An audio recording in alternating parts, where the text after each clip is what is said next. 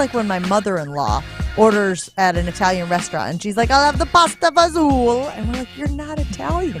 You're from, you are Italian, but you're not from Italy. You're from Boca. Gabagool. Relax. Yeah, exactly. A mozzarella. I don't have to have What he's that. trying to say is gabagool. Guys, I don't really think that we have that's that. okay. Bring in the gabagool. I will have the spaghetti with a side salad. Okay. If the salad is on top, I send it back. This is Jen, Gabe, and Chewy, broadcasting live from the Gruber Law Office's One Call That's All studios at the Avenue with Gabe Neitzel and Mark Chamorro. Here's Jen Latta. Running her mouth, she wants to ride it, she's trying to hide it. I'm cool as ever, she's too excited. Her man look like he wanna fight. He ain't doing nothing but running his mouth. Talk about it, we all about it. They making plans, we sit and count. Our chairs stacked just like a mountain. You heard about it, she running her mouth. Final Four shaping up exactly as we predicted, exactly as we expected, just like we drew it up. Right, Ashley? Right, Gabe? I wish I knew one of the 37 people who predicted this exact Final Four in the ESPN.com bracket challenge. Out of 20 million. Yes. Like you can't even wrap your brain around a number like 20 million. No. Because you can't picture it. No. You can't picture what 20 million of anything looks like. No. Well, I mean, the big guy can. He's not here, but the big guy can because I'm sure he's got that in the bank account. But the visualization. The visualization, yeah. But 37 people somehow out of 20 million, which still seems like an insane number to me, to pick this exact Final Four.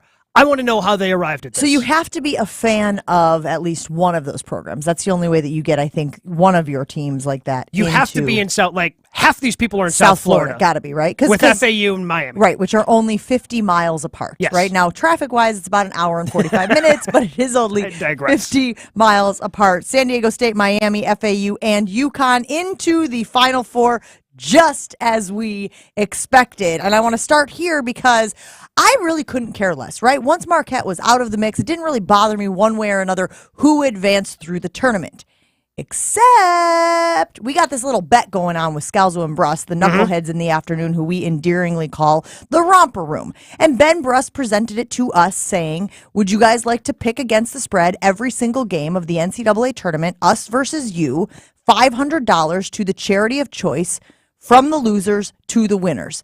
And we have been winning, Gabe. We have been winning for, I would say, most of, right, after I think like the second week, not even second weekend, like second set of games. Yes, that opening Friday, you set the tone with the 13-3, and we've just been which you guys have been since. Good to tell me. I will never duplicate that effort ever again. So don't think when I go to go Too late. We already think it. It's too late. No, I think it, but you guys have been really good about being the friends who are like, it's never going to happen again. Jen, don't do it. Do you listen? Do the generic you? Do people usually listen to those friends? I don't know. That feels like an answer. So yeah, the 13-3 day really skyrocketed us, right? Because Scalzo and Bruss have been basically doing 500 ball since. Okay, so we've got a lead on them. What did you say the lead was at this point? We're up 2 games. We are up 2 games on Scalzo and Bruss with 3 games to go. So I don't really care who wins the San Diego State Creighton game this weekend, except that I picked Creighton minus 2.5, right? Yep. Creighton was favored in the game. The line was 2.5. Creighton minus 2.5.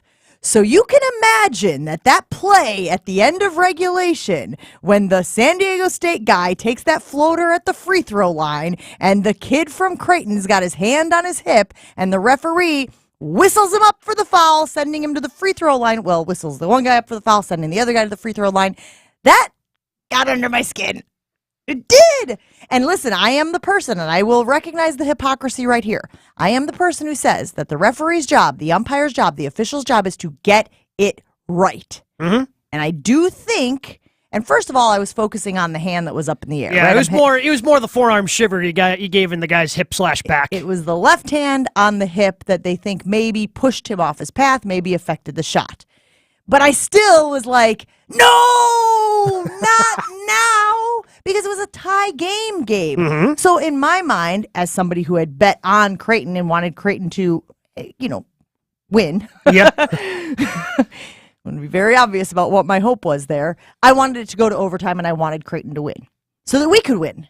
So I was frustrated by that foul, even though I know in principle it was probably the right call to make.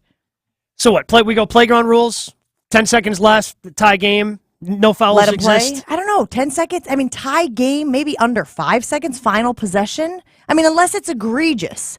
And again, I will But a say foul this. is a foul, unless you go to, you know what I'm saying? Like, so a foul is a foul. It doesn't matter if it's egregious foul unless you get into the area of flagrant fouls, right, where it has nothing to do with the game of basketball and you have something that violent. But a foul is a foul.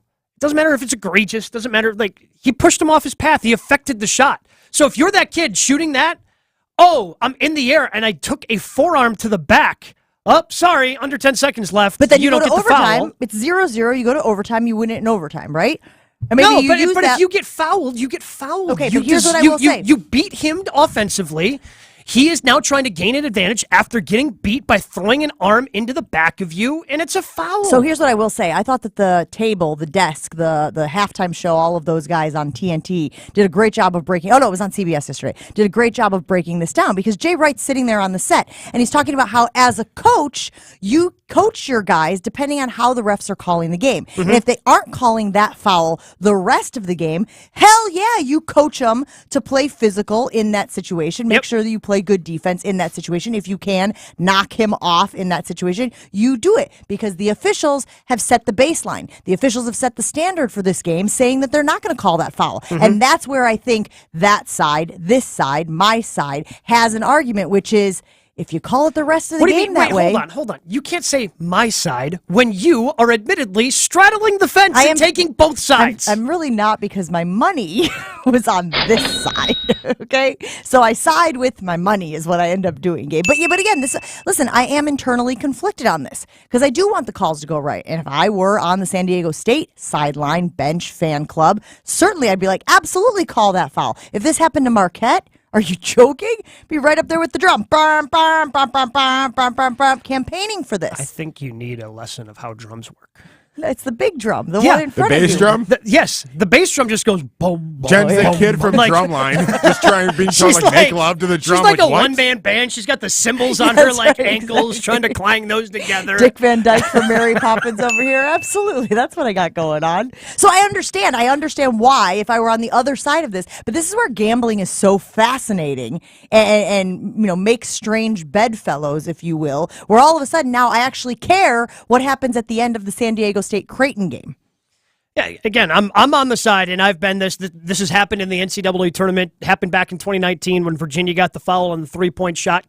Kyle Guy goes to the free throw line, makes all of them back in 2019. Everybody wants to talk about that. Everybody's talking about this. Look, they're fouls. Like, I understand you don't want the officials to decide the game. The official didn't decide the game. The kid who decided to foul and put his forearm and kind of push the guy once he's up in the air, he's the one who decided the game. But do you feel that way if the Creighton head coach coached him to play that way? If he said, officials haven't been calling this foul, make sure you get a hand on his hip and dislodge him if he takes a shot. Then that's bad coaching. Bad coaching. I understand. Like Gabe on the line, don't let the officials decide it. And if you make that foul, like we all agree it was a foul, right? It was a foul, correct? Hand on the hip, yeah, foul. And a hand on the hip, Dislodge. Yes, he kind of pushes him, right? He kind of rides him off his spot once he's up in the air. Once he's up in the air and you ride him off that spot, it's a foul, and it should be called a foul. And if you're coaching your guy, hey, yeah, make sure you wrote. That's a bad job on you, especially with the game on the line. I don't want my kid to be in a spot where he's closing out too aggressively. Or yeah, you want to be aggressive, but I mean the official has a job to do too. And all of this discourse makes it even more difficult for people who want to sign up to be officials because these are pretty high-level guys. You know, it's not the NBA, but it's college. These guys are pretty professional. Like Gene Steratore did this for a living for a long time where he was traveling around the country calling college basketball games. And, you know, on one side, they have to listen to their bosses where they're getting graded on. And now they've got to deal with all this national discourse about, oh, officials are the worst. Oh, I can't believe they called that foul. Like, it was a foul. And if we all agree it was a foul, okay, Shouldn't do that. But you Move know, on. and again, we've talked about this, and I'm actually watching the Tim Donaghy documentary on Netflix right now, which is fascinating. To marry the games, the NCAA games, with watching that documentary last night was very interesting because what role do officials play in the outcome of games? Probably shouldn't at all, but one of the things that they address in that is, of course, what we have known for years, which are the superstar rules in the NBA. And he talked about how, Michael Jordan making a spin move and how the NBA was cracking down on that, but they didn't want him to be calling it on Jordan. So you know that there's gray area 100%. in officiating. And I think 100%. that's what people were hoping for, was that the gray area would show up in this instance, particularly if you, like we, were betting on Creighton in that game. At least let it go to overtime. It's 56 all. It's basically a 0-0. Go to overtime and let it get figured out there. But here's what's interesting to me.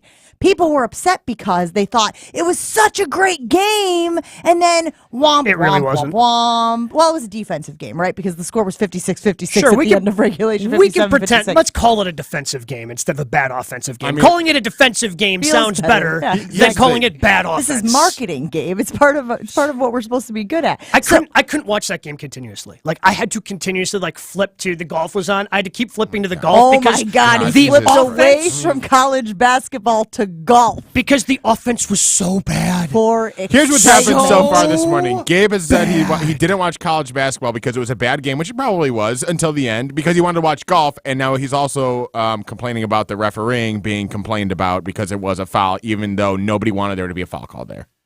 What's your point? I'm making sure I've hit all the boxes there? That's exactly what Okay, Gabe just- has subscribed to. So, Good morning, what I Gabe. heard a lot of people saying that over the course of this NCAA tournament was that, oh, this was one for the ages. Oh, this was one for the ages. I don't think people were saying that about the San Diego State Creighton game, but I think people were saying that about the Miami game. I think they were saying that about the Miami-Texas game that followed, where Miami was down 13 points with 13 minutes to play in the second half, and Texas had throttled them, absolutely curb stomped them for the rest of the game, for the entire first half of the game, and up until Miami started to make their run, and Miami ended up ultimately winning that game. So for a lot of people, that was one for the ages. What got me thinking, what constitutes a game for the ages? What are the elements of a game that you need to have in order for it to be a game for the ages? Because in that one, you got two top teams obviously battling out. You have the way that the narrative, I will say, the narrative, which was Texas, just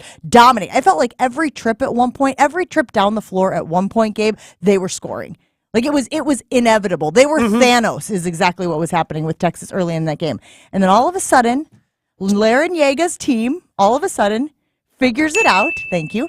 Figures it out and starts hitting buckets and starts playing defense and start getting turnovers. That's right. Texas starts turning the ball over and at the end of the game, they ended up winning by what? 8 Seven? or something Seven or like. something? Oh, Yeah. yeah, 7 or 8. They won going away. No question. Like Texas down the stretch, completely it was the perfect example of uncomposed. They just lost everything. They had nothing left to do anything. Every play that could have gone wrong for them. Miller, I think was his name for Miami, made every play possible. So is that Made every free throw possible, too. criteria for a game of the ages?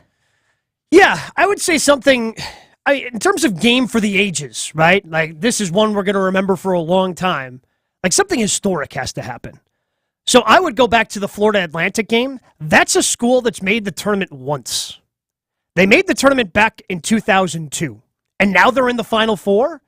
It just seems that making the Sweet 16, making the Elite Eight, making the Final Four, all games for the ages in terms of the history books for Florida Atlantic, because they're doing something that in the history of their school they have never done. So I think there has to be almost a historic nature to it. Or you have that big comeback the way Miami did in a huge, like Miami comes back from 13 on a Wednesday night in January. It has to be something It's on cool. the line. It has to be a winner It's go cool. home tournament style Yes. game. Again, advancing to the Final Four. And again, you want to talk about like when you think ACC basketball, how many teams you got to run down before you get to Miami? Usually, Miami's in the ACC. All of them? right? Good for them. Right? This is what I mean. Like, Who knew? just so you know, for a second there, I was second guessing my conference knowledge. Yeah, Like that. Just so you know, I was like, I just want you to know, in case you were wondering what the look on my face was, I was like, wait a minute. just trying wait to a make minute. I was are making in a the joke ACC. to go along with your point. Wait a minute. Has there been some conference realignment in the last month? Day? Jerk. What constitutes a one for the ages type of game? 800-990-3776. I think you're right. There are some of those things where if you get 2 or 3 of these criteria, all of a sudden it counts. Lead changes, multiple lead changes, big game as far as like win or go home, tournament type thing. What else? Record-setting stats, right? If a guy has a game where he goes, 9 for 9 from 3 to lead his team to victory, that feels like that contributes to a game for the ages. Once somebody's going down the court, I almost said field, going down the court and they can't miss, right? And they're like, it's like a heat check game for them. That feels like it contributes to one for the ages. 800-990-3776. Let us know this morning. What do you think constitutes a game for the ages? What are some of the things you need to see? Does it have to have a blue blood squad? Is it better if it's an underdog that wins a game? Usually an underdog winning would be one criteria, I would say. It doesn't have to be, but having an underdog win can be something that is a game for the ages. Let us know, 800-990-3776. We are efforting Mark Chimura this morning, who is on vacation. We will see if he joins us next on Jen, Gabe, and Chewy. More Jen, Gabe, and Chewy coming up on 94.5 ESPN. There's a crash on I-43 North at the ramp from Fond du Lac Avenue. The right shoulder is currently blocked there, but you're not seeing any current delays. Everything else on the roads is looking good for your morning commute. And a look at your latest Storm Team forecast. Today, mostly sunny and breezy with a high of 40. And tonight, increasing clouds with a low of 28. From the WTMJ Traffic Center, I'm Finn Askin on 94.5 ESPN. This Monday on the Tee is back. I'm Gabe Neitzel, and I'll be joined by Bally Sports Wisconsin Stephen Watson as we break down another full year of golf, not just on the PGA Tour, but also here in the state of Wisconsin. We'll have the match play to react to. Plus, what does this new proposed ball rollback by the USGA mean for you and your game every weekend? We'll break it all down and all season long. It's on the Tee, and it's Monday nights at 6 right here on 94.5 ESPN. Is your business looking for localized banking solutions? Fifth Third Bank has been looking forward to the future and helping businesses shape what's next for 165 years. And for the last 14 here in Milwaukee, they offer industry-specific expertise, local decision-making capabilities, and extensive experience to help your business succeed. Fifth Third is big enough to provide sophisticated solutions and expert guidance, but also empowered to make local decisions and work from a foundation of strong community connections. Commercial banking value only Fifth Third can deliver. Fifth Third Bank, National Association, custom solutions built around your goals. Member FDIC. Q Club of Wisconsin is the hangout spot for watching sports, playing games, and having some drinks. Mike, what do you have going on over there? Gary, you wouldn't believe it. We've got dartboards, foosball tables, shuffleboard tables, and 10 pool tables. Q Club of Wisconsin has a pocket for everyone. But don't let the games be the only reason to swing by. Q Club's Fish Fry on Wednesdays and Fridays are sure to keep you coming back, as well as live music on Saturday nights. All happening at the Q Club of Wisconsin, North Grandview Boulevard in Waukesha. Check out QClubofWisconsin.com. ESPN Milwaukee's Jen Latta here for St. Kate the Arts Hotel. If you're looking to start the weekend right, head to Bubbles and Brunch at St. Kate the Arts Hotel. Every weekend from 9 to 1 in Giggly Champagne and Wine Bar, this brunch is anything but basic. The atmosphere is set with a local DJ spinning music to set the mood, while the hotel's acclaimed culinary team offers up a menu of elevated breakfast dishes. Add to the fun with endless mimosas. Experience a brunch that is anything but basic at Giggly Champagne and Wine Bar inside St. Kate the Arts Hotel. Reservations available online. Learn more by visiting stkatearts.com. This is Jen, Gabe, and Chewy. Excuse me. Hold on. Getting choked up over it. So, hold on. Give me a moment. On 94.5 ESPN.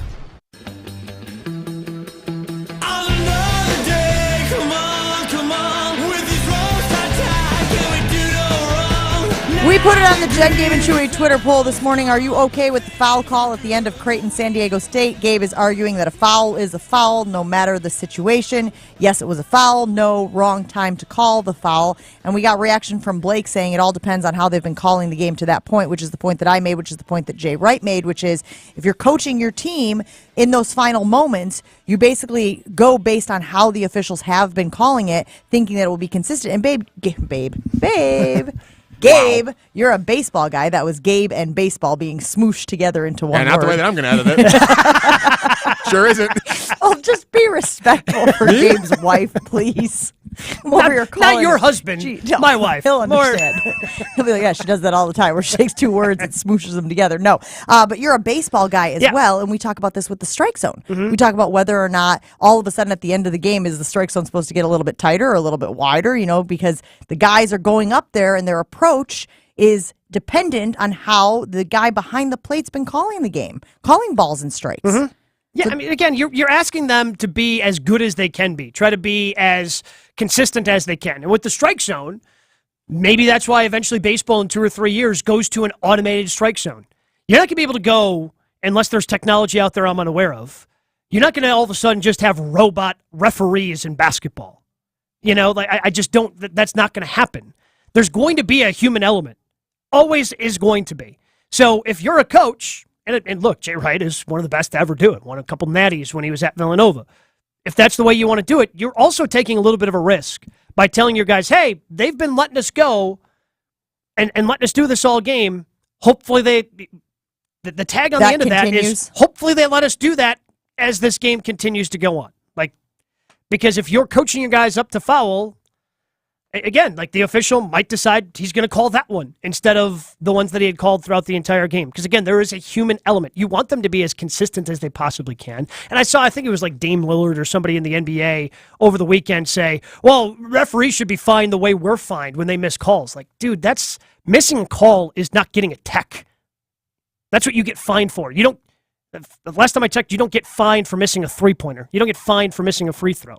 And that's kind of what these guys are doing. Now, if they get egregious and go above and beyond and get into it with a player or fan or coach, whatever, sure. But it's a really hard job that gets super under the microscope when we get to this time of the year, especially in college basketball. I feel for this official because he made what he thought was the best call in the moment, and now he's just under the microscope all over the country. And again, as I said earlier today, I really couldn't care less except for the fact that we have this bet going on with Scalzo and Brust where we're picking every game against the spread. And I did happen to pick Creighton yesterday. And if that game goes to overtime, who knows how it ends up? Maybe we end up winning that one instead of taking the loss on it. The good news is we are still up on Scalzo and Brust. We are up 2 games on them with 3 games to play. Let's get out to the phone lines, 800-990-3776. We are asking you this morning, what constitutes one for the ages? Because I don't know that game qualifies as one for the ages, but I could make an argument for the Miami-Texas game where it looked like Miami was dead in the water, and then, they did you're the wrestling guy. What's the WWE guy who's laying down flat in the casket and then all of a sudden pops up? His name is The Undertaker, Jen. That makes sense because he's in the casket and all of that stuff. And there's our wrestling reference. For the day.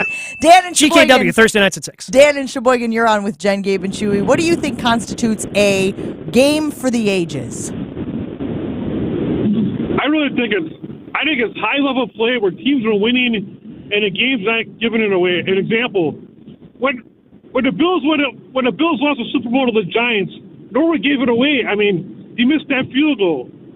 Miami had a guy go 13 for 13 from the foul line yesterday, the Miller. I don't think he missed a shot from the field. Maybe just one, and he did all 13 free throws. And it helped that they had a coach with 25 years experience and an interim rookie head coach at Texas who got out-coached at the end of the second half, I think. But Miami took that game away. They didn't make a three-point shot in the second half during their run.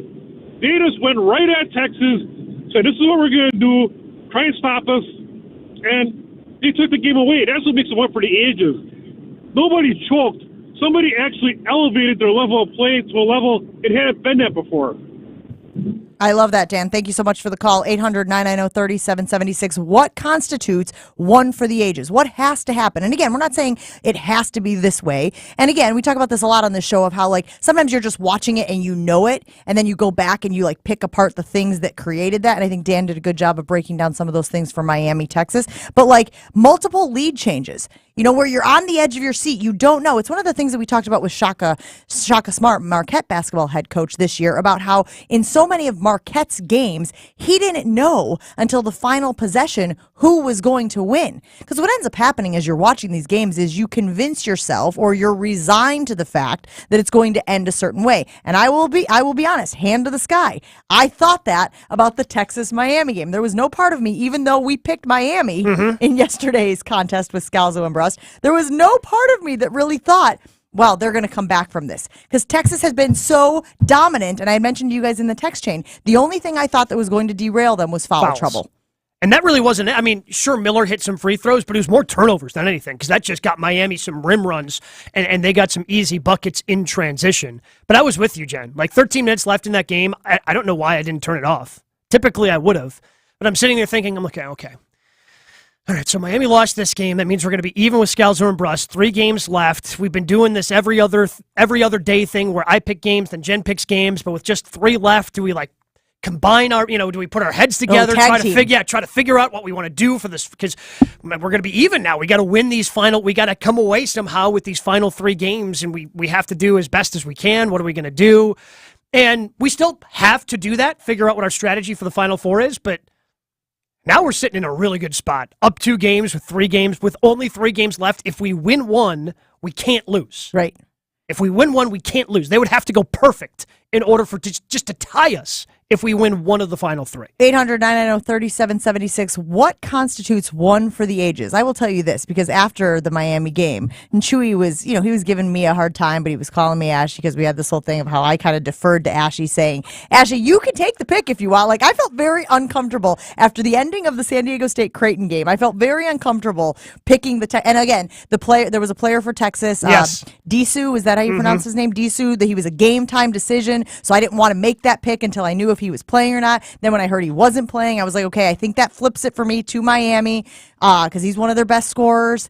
And then, of course, the game starts rolling out. And it doesn't even matter that dude's not on the floor. They are just absolutely dominating Miami for the entire first half of the game. So then Chewy starts giving us a hard time because he, of course, doesn't make any picks. Well, but he had no idea who he was supposed to give a hard time to. He had a hard time trying to figure out, even though he told him multiple times that you were the ones who made the picks today. He was blaming me. He was blaming Ashy. Finally got around to blaming you for the picks, which ended up being fine yesterday. I'm not sure if the best part, though, wasn't that he and you guys all thought that I was going to defer away from something Jen had picked. I think that was maybe my favorite part. Ashley, you go to pick. I never thought for a second. I was hoping that maybe you would, so that I got the get out of jail free card. That's what I was hoping would happen, because I was very nervous about that pick. As you look, Gabe, you just articulated it perfectly. What was on the line for us versus Scalzo and Brust, which you, of course, can listen to from 4 to 6 here on 94.5 ESPN. But what was on the line, and I was very conscious of that as I was making the pick, right? I was waiting for the announcement about the player that was a game time decision to get the pick in. Like it's down to crunch time. Like, you're being very meticulous, where earlier in the process, because there were just so many games, like, well, let's do this one. We'll pick this one. But now we're down to crunch time, and mistakes are amplified. Correct. Could you imagine if I had turned my back on Jen there and taken Texas? Could you imagine? Could you imagine how today's show would have gone?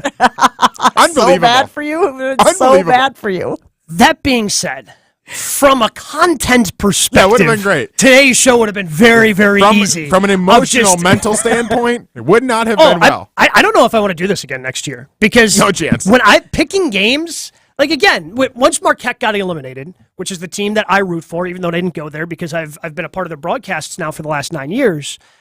Like, I would keep an eye on games. I would, watch them when they're on. I wouldn't be as tied to them, and especially the day where I went 1-7. That's an empty feeling. All right, let me tell you something. It is a tough feeling. You're trying to do the math in your head. Okay, who did I pick in this game? Okay, what is it? Okay, that one's over. All right, what's this one doing over here? Like, that is an empty feeling, just thinking.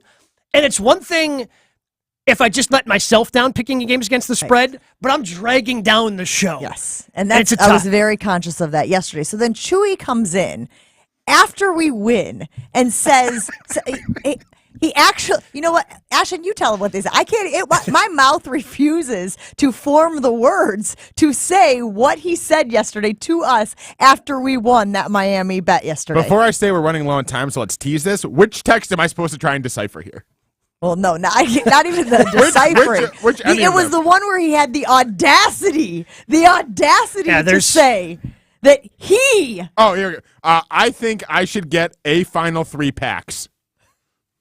Right, which is Chewy's. I should get the final 3 picks. He should get the final 3 picks. Gabe and I have been over here racking our brains, toiling, sweating this out with every possession, because so many of these games come down to those final possessions. So many of them come down to the wire. And we talked about, there was a game earlier where we were talking about the money exchanging hands, where I was in Vegas. And the money exchanged hands like 6 times over the last, was it the UConn game? Was it a Gonzaga game? I got to go back and remember. But where I was like living and dying by every possession, by every bucket because of these picks we've made. And this guy says, waltzes in as we look forward to the Final Four and says, I think I should make the last 3 picks. You got to be bleeping kidding me with this guy. Try shaving me. We'll continue to break that down right after this on Jen, Gabe, and Chewy. Jen, Gabe, and Chewy are back after this on 94.5 ESPN. The ramp from I-94 west to Brewers Boulevard is closed because of a crash. We're currently seeing backups till about 35th Street there. The ramp from Highway 175 south to I-94 east is also closed because of an incident. No delays are showing up on the map just yet, but I would assume we will have heavy delays there coming in a moment. Now time for a look at your storm team forecast. Today, mostly sunny and breezy with a high of 40, and tonight, increasing clouds, the low of 28. Weather is brought to you by National Liquor Mart at 16th and National in Milwaukee. Packed with the best beer, liquor, seltzer, and spirit deals in town. Open 9 a.m. to 9 p.m. daily, where your satisfaction is their plan of action. From the WTMJ Traffic Center, I'm Finn Askin, 94.5 ESPN.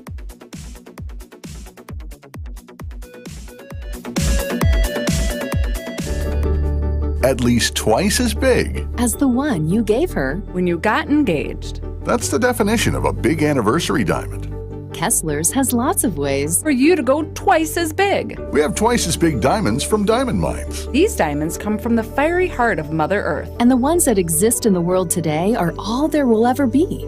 Kessler's also has twice as big created diamonds. These diamonds come from the fiery heart of a ball of lightning, a miniature star, inside a plasma chamber. It's a wonder to behold. Kessler's also has twice as big flickering firelight diamonds. These natural diamonds flicker with all the warm colors of firelight instead of the cold colors of ice. Flickering firelight diamonds are another wonder to behold.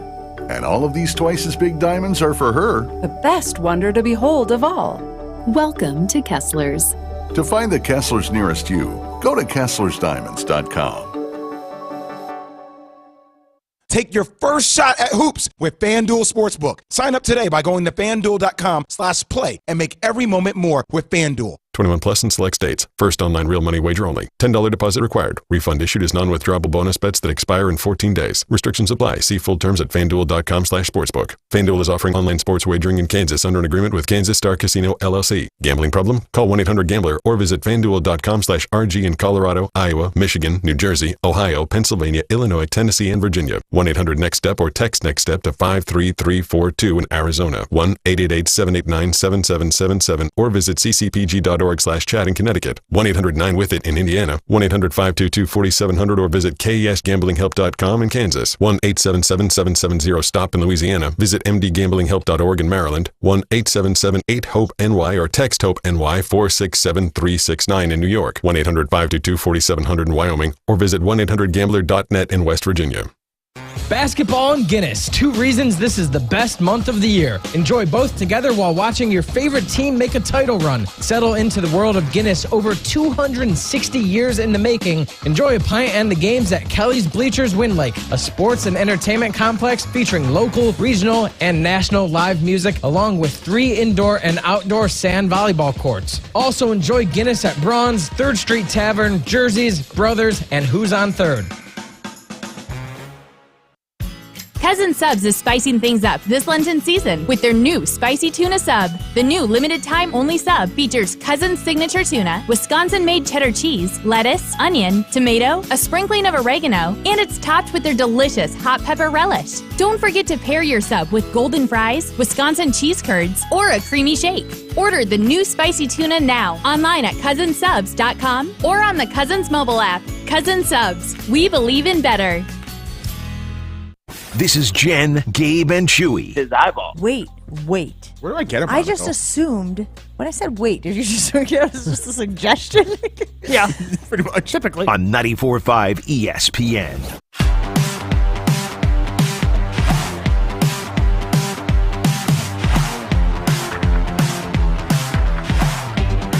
Jen, Gabe, and Chewy on ESPN Milwaukee. No Chew today as we are continuing to effort him from his Mexican vacation. Muy bueno. Actually, it's been no muy bueno this morning. He's trying. You know what? He's doing his the nice also thing not is, in Mexico. Yeah. Oh, I thought he was. He's in Dominican Republic. Yeah, Punta Cana. He's I get all done those- everything right. I get all those areas confused.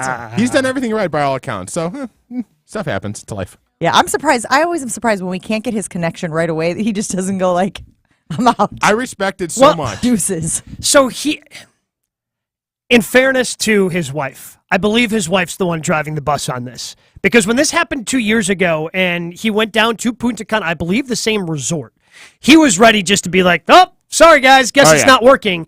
And for whatever reason, his wife went, no, you are doing the show. And somehow she figured out how to get him connected from the hotel, and we had him on for the rest of the week. So I am firmly expecting something similar to happen, where we don't have him today, all hope is lost, and yet Angie comes in from the top rope to save the day. I got to call at 1:30 today. Hey, we're connected, Ashley. Okay. Great. Thanks. Good to go for tomorrow. So Chewy weighs in yesterday after we win the Miami-Texas game in our bet with Scalzo and Brust, $500 to the charity of choice to the winner, and we are hoping that it will go to Gabe's charity. He is contributing to the MAC Fund. If we raise $13,100, you're going to run a half marathon. So That is correct. this is huge. This is great incentive for me to really actually try. Also, I have a lot of competitive juices flowing through this tiny body, so that's part of it as well. And what I'm really hoping is after we get done with this competition, you're just going to try to ride that competition high and just really carry us to the $13,100, which, again, I'm very excited about and terrified about all at the same time because I have never even attempted in my mind to run a half marathon. You can't run a marathon in your mind. You No. You don't know it. But so should we even consider, should we even entertain this idea of Chewy making the final 3 picks for us when we have been winning? Now, again, Gabe's one bad day notwithstanding, we have been ahead of these guys the entire time. We've been beating them from wire to wire, at least so far. Bringing Chewy in feels a little overconfident. It almost feels like he can't possibly screw this thing up. But the reality is he can, because he could go wrong, and they could go right, and we end up losing. I think we should. There are several reasons why and factors why I think we should. Right, but the first one is that you're intimidated by Chew. So let's just get that He's right not out of the here. gate. Just get that right out of the gate. It's not just him, he's got Angie, who she's got her people. So now I'm a little worried about She doesn't give a rip about this. But she cares about protecting him, so I don't know. I would say that's not the point. The point is I am scared of Chewy. The second point is I think it would be funny if he then went 3-0 against Scalzo and Brust. I think to me that would be the funniest outcome. If all of a sudden Chewy, who doesn't watch college basketball, doesn't care about any of this, is like, you know what though? I'm going to make all the picks against the spread, and I'm going to wipe the floor with them. It feels irresponsible, you guys. The third thing I'm looking forward to is it's irresponsible, which is fun. I'm conflicted. Because we are a team here at Jen, Gabe, and Chewy, and he has sat out of this competition. Well, and now, voluntarily, by the way. But now we were asking to do it. He had the option of at any point, But now he wants to get in. Yeah, because we're winning. Well, I mean, you knew that was going to happen. We are 1 million, the science fair project. That the athlete, the jock, hasn't shown up. What's the issue here? Time. No, he's Jeff Teague. Like, you know, if you remember, he showed up. After, he's there. Doesn't he get his ring? Which he said. I mean, that's one of my greatest. You want to talk about one for the ages? That's a comment for the ages. Right after the Bucks win a championship, he's running back to the locker room and he goes, "I feel like I just got an A on a group project." Yeah, he 1,000,000%. That's what Chewy is trying to do here.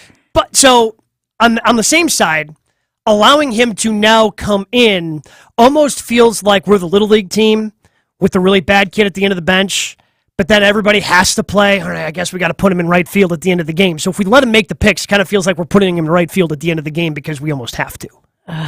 This is the conflict. Makes me very uncomfortable. And then now again, the other, like the fourth or fifth reason why we should do this is the one negative, the one true negative, which is really a positive. If we're viewing it, Chewy's proposal was, hey, if we lose after I make the bets, I will pay the money to the charity himself. Only if I decide to get a certain mustache. But then we lose. You just contribute that money to the charity, great. guys. Excellent point. Excellent point. My fear is he would think it's funny if he sabotaged us. That's my biggest fear. It would be funny. That's the joke. No, it would be hilarious. no. I would laugh so absolutely hard. not. I don't know how much we can trust him. Here's why. I don't know how much we can trust him. Because Ben Rust prides himself on being this like basketball savant, right? And he talks about how he's this degenerate gambler. And so if we can beat him, and again, not a ton of experience, right? Like you and I like to dabble a little bit in like picking games and whatnot, but like we're not over here every day making bets by any means. If we can beat him and in turn beat Scalzo and Brust, those bragging rights live on, you guys. Those bragging rights will live for a very long time. Again, you're not wrong. But the crazy part about this is I think this is the third year Scalzo and Brust have done this, where they have tried to do it, and they are above 500 for the first time. Like, being 500 and picking all these games, supposedly, is very hard. We could lose all 3 games, not that we're going to, and still finish above 500. We have won 32 games. We're 32 and 26. But, okay, so not that I want you to tell us how it's going to go, but like I don't know what the spreads are on any of these games, but is there somebody you feel? Is there anybody you even feel really confident in right now? I'm with Gabe. UConn. Right, UConn's the only team that I have like any confidence in. You know how these lines are going to work. Oh, 100%. So that's where I always say, like, look, the buildings in Vegas didn't get built by themselves. They got built on the backs of suckers who thought that they knew exactly how it was going to go down. So the line for UConn is going to be a tough one to bet. So right now, UConn minus 5.5 over Miami. San Diego State is favored by 2. Hold on, I want to write those down. Minus 5.5. Yep. Over Miami. Mm-hmm. And then what was the other one? San Diego State by 2, minus 2 over Florida Atlantic. Minus 2 over FAU. I kind of like Florida Atlantic there, but it may be because I have too many ties to that university. I have too many friends that went there because of ESB in West Palm. Sure. Like, so I may be and plus, like Chewy astray there. Let's just hypothetical situation this. If he went 0 for 3, I mean, that's still not as bad as 1 for 7 or 1 and 7. So, I mean, that's I won a game. Yes, 1 and 7 is better than 0 and 3 Which statistically. is exactly what Ryan and McGuanago just weighed in with on the ESPN Milwaukee Talking Text great point. line. 800-990-3776. Chewy can't be any worse than Mr. 1 and 7. Although, again, Gabe did redeem himself this past weekend with his picks, and obviously we are now in this sucker. Should we let Chewy make the final 3 picks in our Against the Spread Pick'em contest against Scalzo and Brust? We are currently winning by 2 with 3 games remaining. You could make the argument that he really cannot doom us. He cannot take us out. Some people are arguing that. Some people in this booth back here are arguing that. Some people voted yes on the poll already. You only get the 1 vote still, right? I've got access to like 7 accounts. I know, honestly. You have access to the ESPN Milwaukee account. You have access to the Jen Gabe and Chewy account. You have access to the Ashton Rotman account. I have access to the Scalzo and Brust account. We've never talked about that. Oh, that feels like something. I just remembered that game. That feels like something we could. When you guys traded me so rudely, take advantage of. When you guys traded me so rudely last summer, I got access to the account, and they're bozos, so they of course didn't change the password.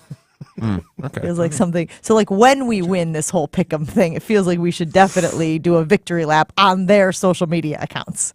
It's a great idea, and we should let Chewy do it. How strategic do we want to be in terms of when we release our picks? Why, you think they don't know our picks? Do they know our picks? But that's what I'm saying. If we release our picks too soon, because they're down 2 with 3 games to play, sure, may go into desperation mode and just pick the opposite of trust whatever me, I we wanted to ask Ashton yesterday if he knew what Scalzo and Brust picked for the Miami-Texas matchup. They had also not yet picked. As I sat there and deliberated back and forth about how I wanted that one to shake out, Fortunately, we did end up winning that pick because we did take Miami in that one, which ended up winning straight up, which was crazy because they came back from down 13 in the second half. It was just outrageous. Which again goes to our point that we were asking you this morning: what makes a game one for the ages? Do you have to have a dramatic comeback like that? Do you need a game-winning bucket? Does somebody has to have a record-setting performance? What makes a game one for the ages? Look, nobody ever debates, Gabe, about that Syracuse game that we talked about. It was Syracuse UConn, right? For some reason, my brain just farted. Oh, the 6 overtime game? 6 overtime game. Yeah, nobody debates that being one for the ages because it went to 6 overtimes. No, I remember distinctly where I was for that game. I was the bar I was at in Horicon. I remember exactly where I was. I remember who I was watching and it not with. moving from the bar. Being like, whatever I was about to do, whatever we were going to do, dinner and whatnot, is not happening until this game goes final. There's no question about that. But these games in the NCAA tournament, there have been some really good games. Have any of them been one for the ages? 800-990-3776. Gabe? With a local Milwaukee team, Fifth Third Bank knows what success looks like. They've been serving businesses and individuals in the area for nearly 15 years, including long-standing commitment to the healthcare industry. From expansion to technology to reducing the risk of fraud, Fifth Third offers a full suite of financial services and solutions across the healthcare spectrum to meet the complex moments you're navigating. Fifth Third Bank National Association, custom solutions built around your goals. Member FDIC. Full show podcasts, interviews, and special content is available right now at WisconsinOnDemand.com. This is Jen, Gabe, and Chewy on 94.5 ESPN. They talk about everything, but sports always comes first. I care about only one thing. Aaron Rodgers is dead to me. Jordan Love? Yes, that's all that matters. How good is Jordan Love? They can get the greatest deal ever for Aaron Rodgers. If Jordan Love sucks, it don't matter. If Jordan Love sucks, I'll take that great compensation, though. Yeah, but it ain't going to help you. You get 2 number ones and Jordan Love sucks. You know what you're going to do next year? Suck. And you know what you're going to do the year after that?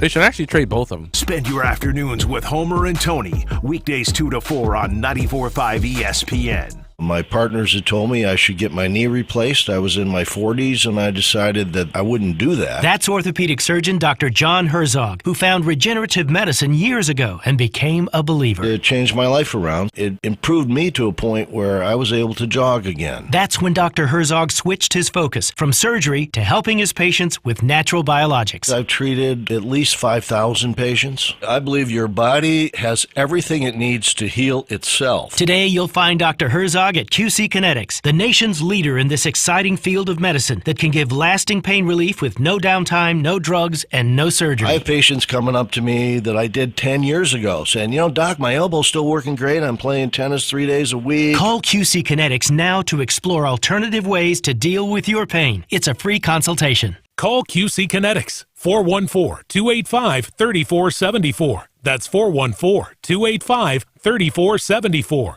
414-285-3474. The best quality roofs, siding, windows, and doors, expertly installed and at an affordable price. Hi, this is Bo from Ridgetop Exteriors.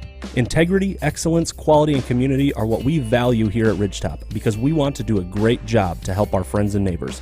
We always want to exceed expectations because customer service is our #1 goal.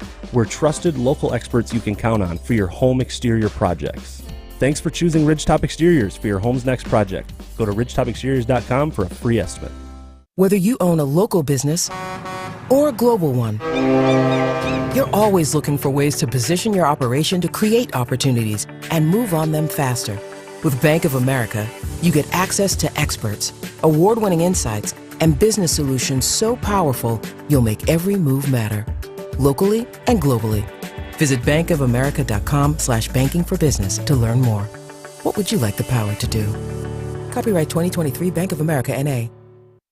Wendy's $3 breakfast deal is a bacon or sausage egg croissant plus small seasoned potatoes for $3. It's the breakfast that don't miss. So if you did miss Wendy's breakfast, don't imagine fresh cracked eggs, sizzling sausage, crispy bacon, and block out those hot, buttery, flaky croissants. Croissants don't really make a sound, but if they did, for a breakfast that don't miss, Wendy's is that breakfast. Choose wisely. Choose Wendy's $3 breakfast deal. Limited time only. Participating U.S. Wendy's. Select a request $3 breakfast deal to obtain discount. Not valid for a la carte or combo orders. Looking for the best way to welcome new teammates or business partners to your team? Look no further. 3 Tree Marketing is a full-service branded merchandise agency using creative merchandising to share your company's story. Be the envy of others with specialized gifting and onboarding kits from 3 Tree, an amazing opportunity to best showcase what a brand is all about. Work with a team that thinks outside the box and becomes an extension of your team. See what else 3 Tree Marketing can do for your team and set an appointment today. 3treemarketing.com.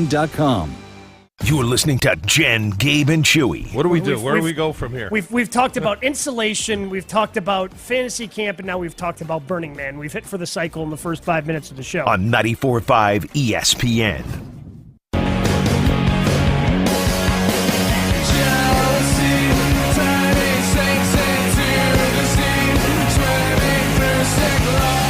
Lots of reaction rolling in on the ESPN Wisconsin talk and text line. That number, of course, 800-990-3776. Put it in your phone. That way you can always get with the Jen, Gabe, and Chewy show if you want to weigh in on any conversation we are having. And our conversation right now is, should we let Chewy make the final 3 picks in our NCAA tournament pick'em contest against Scalzo and Brust? We are currently up 2. There are 3 picks remaining. Should we let Chewy make those picks? Because, again, yesterday he acted like he had been he was sitting on the end of the bench or he had been left out of the game and then was all of a sudden like, I want to make the picks. Well, Gabe and I have been toiling over every decision, living and dying by every possession in some of these games for the entire tournament. I mean, to the point that, guys, and you know, I picked Marquette when they were 10.5-point favorites. Yes. And Marquette had many double-digit games this year that went down to the final possession, right? What in the world? Only my heart could have made that choice, picking Marquette 10.5-point favorites in a game, and obviously we ended up losing that one. So let me read some of the reaction rolling in. Ryan and McGuanago saying, if you lose, you can blame Chewy's picks, which would be a silver lining. It's nice to have a scapegoat, but also we don't want to lose. Unnamed in the 414 weighing in saying, do not do it. Have you forgotten some of the things that come out of his mouth? I don't necessarily know if there's a correlation there between what he might pick versus what he often says, but I understand they're saying basically there's a judgment issue here, I believe is the connection they're trying to make. Yeah, but even if he tries to screw us, he could accidentally not. Because, again, it's not just picking the game straight up. It's against the spread, which makes it more of a coin flip than any of us actually participating in the contest are willing to admit. Which reminds me, Pete McGuanago saying that we just got lucky with the Miami pick, and they ended up rattling off all, I think it was a wise move, Jen. I don't think it was luck. Thank you, Gabe. I do appreciate you validating me at a time like this. Jake from State Farm weighing in saying, I wouldn't let Chewy pick the appetizers for a meal, let alone something you have money on. Rudy from Sheboygan weighing in saying, giving Chewy your picks would be like giving Vince McMahon his creative control. Again, that is a deep cut, and I appreciate it. If you want more deep cuts like that, Good Karma Wrestling, well, Thursday nights at 6 at ESPN Milwaukee on Twitter. Continues by saying, this is self-destructive. Wow. Self-destructive would be letting Chewy make the picks. But again, because it's against the spread, it's really kind of like a coin toss. But I am scared of him trying to just put some bad mojo on there and, try to sabotage us and all the work that's been done to this point to build this 2-game lead. Yeah, and again, it has been exhausting. It has been, like I said, I was living and dying by every possession in many of these games. Colin from Waukesha weighing in saying you should let Chewy make the picks because losing to his picks would tick off Scalzo and Brust the most. Now, I don't know if you could say the P word, so I didn't say the P word. You saw me. That. You can, but I appreciate that. Take a breath, take a beat there. And it's true. I agree with that. That's my point. I think them losing to Chewy when they're this close would be the funniest possible outcome. Now, would it be the most stressful for you and Gabe? Absolutely. Do I care about that? I respectfully do not because I think it would be funny. Either way, it's funny to me. Respectfully do not concern myself with your mental wellness. Okay. Respectfully.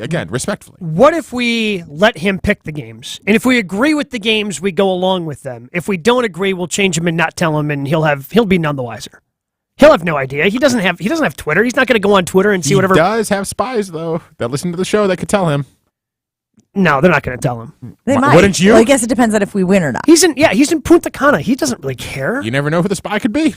Montrell from Milwaukee weighing in on the ESPN Wisconsin talk and text line 800-990-3776. He says, if it ain't broke, don't fix it. If y'all are winning and y'all want to win, stick with what got you there, which is basically the sentiment that I have been riding, right? Yes. But on the counterpoint, it would be really funny. I'm just saying, I do think a lot of things for the show for the content is, and I'm not doing a lot of stuff for the content. However, I think stuff that's best for the show for content would be the right move here. That's all I'm saying. I think that what you said before might be the way to have the best of both worlds, right? Have your cake and eat it too. We let him make the picks, then we make the picks. We don't tell him that we made the picks. We tell him that he made the picks, and then we just kind of let it ride out. But the thing is that he doesn't know. He didn't even know that. He thought you were making the picks yesterday. He was attacking you for your Big East bias. Yes. For picking Creighton. And I wrote, LOL, I made the picks. Have another margarita. Because I assume that's what's happening there in Punta Cana with Chewy. Hold on. And why are you riding for Chewy to make the picks? Because he's scared of him. But also, not as part of the Chewy saying, hey, let me make the picks. If we lose, I'll cover the 500. But also, if we lose, then Ashton has to shave his beard into a Fu Manchu. Oh, I forgot about the Fu Manchu part. I thought about it after I initially said no. I thought about it, and I was like, actually, I'm okay with it. I am 100% okay with it. Let me ask you a question. If, in fact, we let Chewy make the picks, and if, in fact, he loses, and if, in fact, you do have to do your facial hair, do we have to call it a Fu Manchu? Yes, we do. And nice. It's really good, actually. But also, I think as a compromise, if we decide to let him make the picks, no matter what, if Chewy's making the picks because you're riding for the big guy to do it so bad, no matter what, if we let Chewy make the picks, you have to shave it into a Fu Manchu. I'm leaning yes. I'm leaning yes. It's Chew either way? No, it has to be a Chew Manchu in order for it to work. It already is Fu Manchu. Correct. Let me get back to you on that. I will decide today. Okay. I'm leaning towards yes. No. I would do it. Lean towards no. No, I'm leaning towards But again, we still have, I mean, again, this is just part of the negotiation. We could still walk away, Jen, if we want to. But if he's going to ride for Chew this hard in order to have Chew make the picks, now, I think Ashton should have to put something on the table. The Chew Manchu. The Chew Manchu is just this, right? It's the it's like a handlebar, the mustache that goes all the way down to basically my chin, and then everything else is gone. Let's get out to Ron in the key. Ron is on the line, 800-990-3776. What you got, Ron? I think you guys are thinking about this the wrong way. Whoa, shocking. You've already You've already capitalized on what is a sure thing, fading Ben. Double down. Ben can't help himself. Offer him double or nothing that he has to beat you on the last three games. This is a great idea. But then and let Chewy make the pick and cover the 1,000, or he doesn't even have to cover the 1,000 because you guys are playing double or nothing. Ben can't help himself. He's a terrible negotiator. So here's the thing. I actually thought about this. Go ahead, Ron. Make sure you say that they have to beat you. Okay, so I thought about this because I was concerned that they were going to come to us with a double or nothing proposition for the final three games. And as I learned when I was in Vegas these last few days, you walk away from that slot machine, Jen. You walk away from that slot machine, Jen. And I was not going to indulge any request for a double or nothing because we have done such great work to get to where we are right now. And here's, I guess this is my problem with a double or nothing proposition. Not that I think that we're going to lose, but in the case that we do lose, then nobody owes anything and no charity is going to be getting money. And to me, that was a big part of doing this. 800-990-3776. Unnamed in the 920 weighing in saying, if you lose, you can make Chewy pay the bet. Oh, I'm sorry. He said, stop being babies. Let the guy make the pick. What is the worst that can happen? What is the worst that could happen? Ben gloats. He gloats. He comes in here and he gloats. You know what? You saw what happened when Marquette lost? Thank you. That is exactly where I was going with that. Funny though. It was not funny. It was rude. It was inconsiderate. It was rude, but like it's my kind of humor. And you wonder why we traded you. I do not. Trade me again. Let's see what happens. Ben Brust to gloat when we have done so well in this pick'em contest to this point. That would be the worst part of the whole thing. Especially if they came from behind on the final weekend to beat us. He would be insufferable. Speaking of insufferable, just taking a little gander here at the old stream. that Ashton has going back there. The Jen, Gabe, and Chewy stream, which you can find on the Jen, Gabe, and Chewy Twitter account. What'd I do? He has you as Babe Neitzel. I didn't say it. It was a slip of the tongue. But also in baseball, it works. It works. Isn't there a golfer named Babe? It says Jen Latta and Babe Neitzel. I didn't do it. I didn't say it. I thought I was a little too mean to him earlier about the golf stuff and about wrestling. now you're and about calling him Babe? And about everything else that I said about him earlier. I thought, maybe that's pay him a compliment today. I can barely handle you using Babe Neitzel on the stream. Never, How am I going to handle Ben Brust beating us at his own game? Yeah, that's fair. I'm sorry. Okay, thank you. I'm going to leave it, though. We roll on Jen, Gabe, and Chewy right after this. Jen, Gabe, and Chewy continues next on 94.5 ESPN. If you can avoid the stadium interchange right now, I most definitely would. We now have 3 crashes on that interchange alone. Those closures include Brewers Boulevard north to I-94 East, the off-ramp from I-94 East to Brewers Boulevard, and the ramp from Highway 175 to I-94 West. The biggest delay from these closures is heading east on I-94. You're looking at about a 15-minute delay after getting through the stadium and heading into downtown. Traffic is brought to you by Fifth Third Bank, custom solutions built around your goals. Member FDIC. And here's a look at your Storm Team forecast. Today, mostly sunny, breezy with a high of 40, and tonight, increasing clouds with a low of 28. From the WTMJ Traffic Center, I'm Finn Askin on 94.5 ESPN. Hi, it's John Reitz from Great Midwest Bank. For many of us, there's always that one thing we're saving for. And if you're a homeowner, now's the time to use that equity. Set up a hassle-free home equity loan or line of credit with Great Midwest Bank to cover renovations, education costs, debt consolidation, or just as an emergency fund. You'll experience a state of tranquility when you discover how easy it is to help pay for your one thing. Find us at greatmidwestbank.com. Great Midwest Bank, your simply local equal housing lender. Cedar Ridge Distillery continues to make a home right here in Wisconsin. The original 86 bourbon is the best-selling bourbon in Iowa for 3 straight years, and you have the opportunity to get that here in Wisconsin. Also, the quintessential, the best American single malt, voted by John Barleycorn Awards, and Cedar Ridge manages every step of the production from grain to glass. Make sure you pick up the Scalzo and Brust private barrel of bourbon and rye whiskeys, available at Discount Liquor at 51st in Oklahoma or Barstow in Maine in downtown Waukesha. This Monday on the Tee is back. I'm Gabe Neitzel, and I'll be joined by Bally Sports Wisconsin's Stephen Watson as we break down another full year of golf, not just on the PGA Tour, but also here in the state of Wisconsin. We'll have the match play to react to. Plus, what does this new proposed ball rollback by the USGA mean for you and your game every weekend? We'll break it all down and all season long. It's on the Tee, and it's Monday nights at 6 right here on 94.5 ESPN. Hey, this is Gabe Neitzel. You're listening to 94.5 ESPN, WKTI and WKTI HD, Milwaukee. A locally owned Good Karma brand station. Showtime. The right way to start your day. This is Jen, Gabe, and Chewy. Genoa or Genoa? Genoa, I believe, is the proper What do you think, Chewy? pronunciation. Genoa or Genoa when you're talking Geneva Convention? Gabe? Genoa. Is that what you said, Ashley? Genoa is what he said. Genoa. You can't hear me without headphones on. I said Genoa. And for you, sir? I will have the gabagool. What?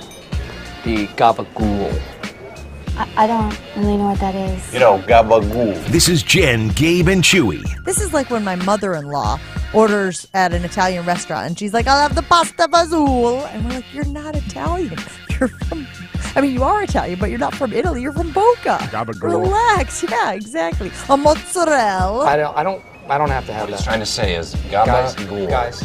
I don't really think that we have that. That's okay. Bring in the gabagool. I will have the spaghetti with a side salad. Okay. If the salad is on top, I send it back. This is Jen, Gabe, and Chewy, broadcasting live from the Gruber Law Office's One Call That's All studios at the Avenue with Gabe Neitzel and Mark Chamorro.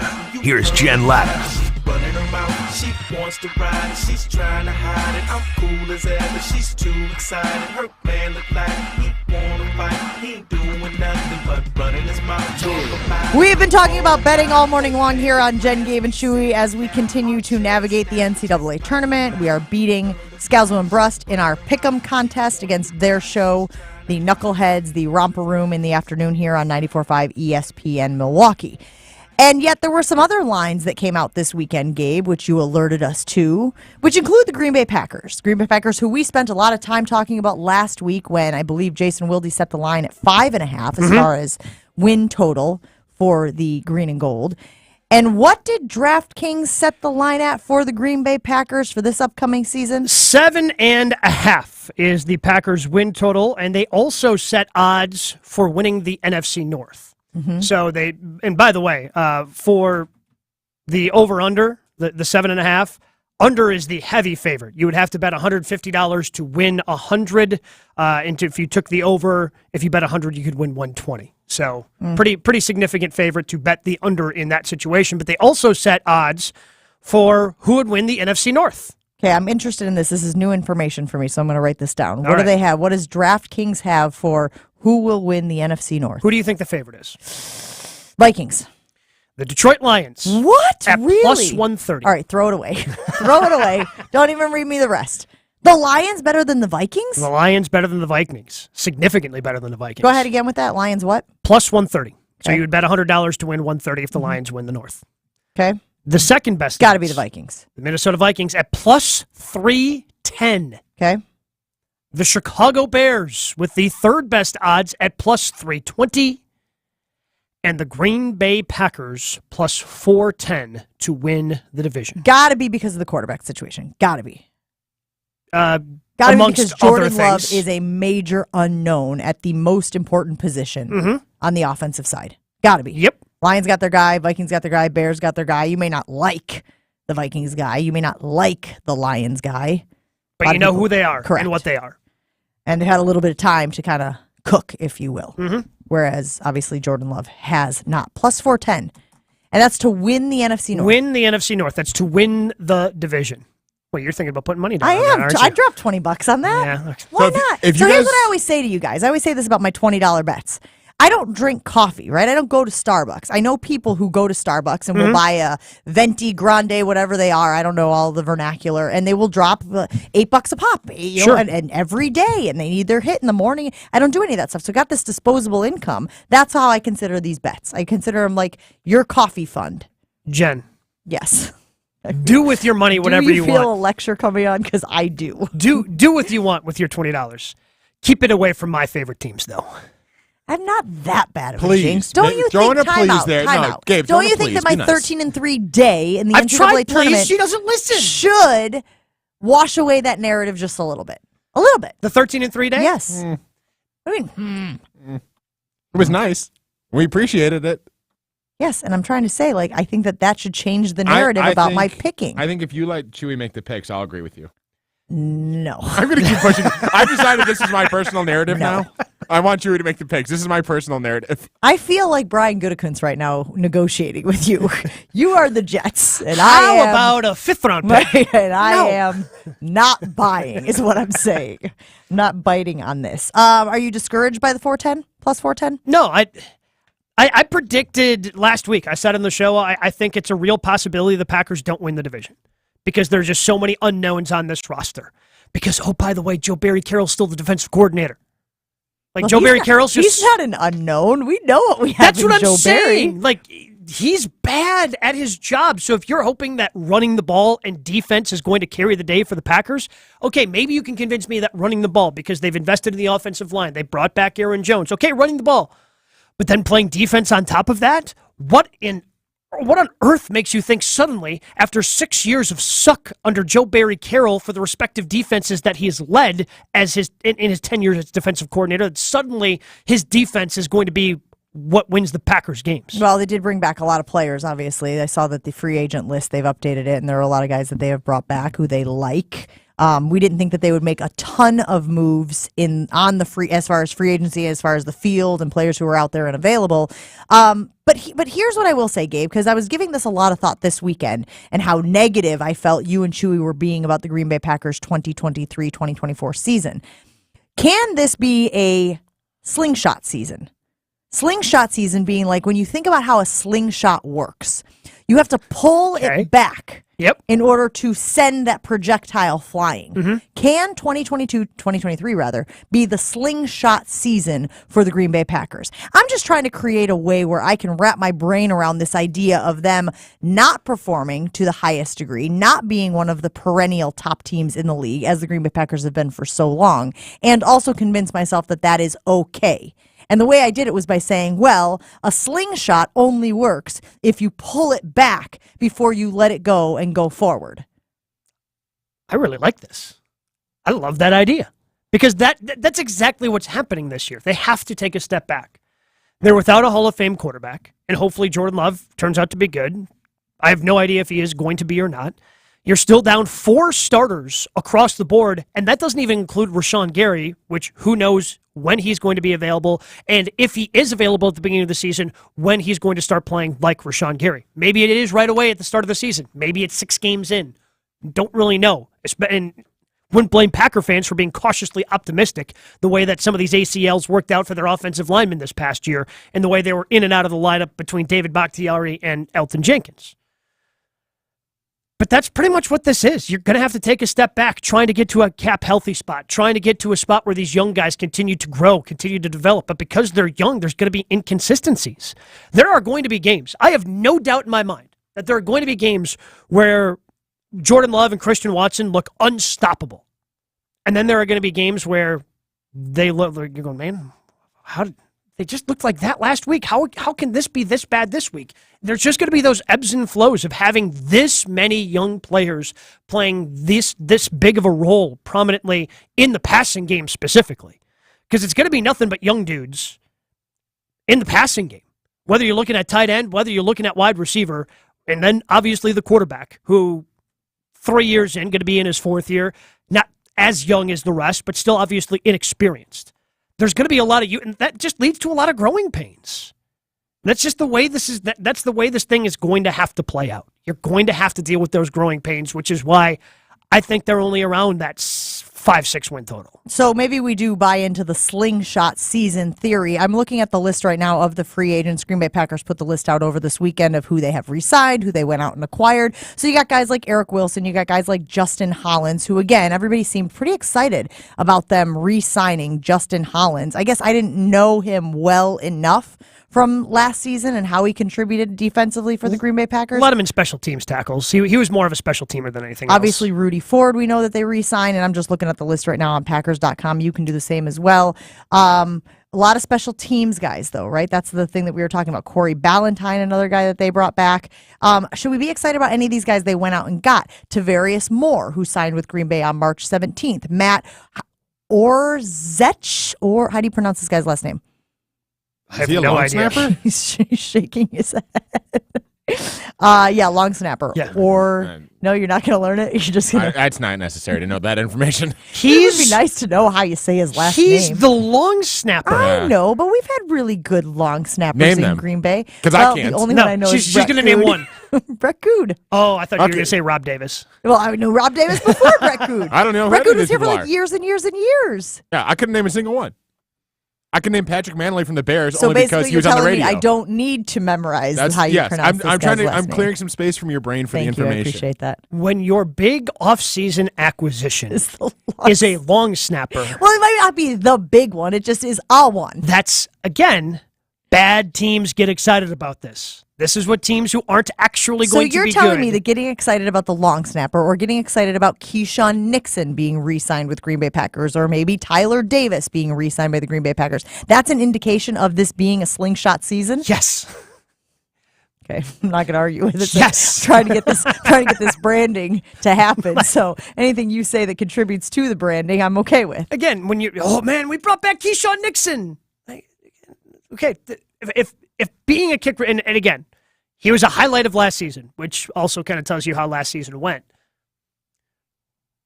But if somebody can call up without looking it up and tell me a bunch of the guys who have been first team All-Pro at kick returns over the last 10 years, it doesn't matter that much. Like Cordell Patterson's done it a couple of times. I think Braxton Berrios' name is on there, who, by the way, was just released from the New York Jets. it's a very volatile position. You can have great success, but then you can kind of fall off. Like in the last 20 years, I can think of 2 guys that have had sustained success as special team returnmen. It's Devin Hester and it's Cordell Patterson. That's it. That's the list. It's a volatile position. It goes up and down. If Keyshawn Nixon ends up being more of a contributor defensively, and maybe he has to be if they move Rasul Douglas to safety, then it's a better signing. But I just can't get too excited about somebody who can easily be negated, especially when the NFL's talking about potentially changing kickoff rules. Absolutely. I'm glad that you bring that up. There are 6 guys here who are on their unrestricted and restricted free agent list. Let me just rattle them off for you very quickly, and you tell me if any of them you would be excited for them bringing them back. Adrian Amos. No. Randall Cobb. No. Mason Crosby. I wouldn't be excited to be happy for Mason. But, and I don't think they can do better than Mason. I would bring him back. You don't think they can do better than Mason? That's interesting, because I think there are a lot of people out there who think that he is.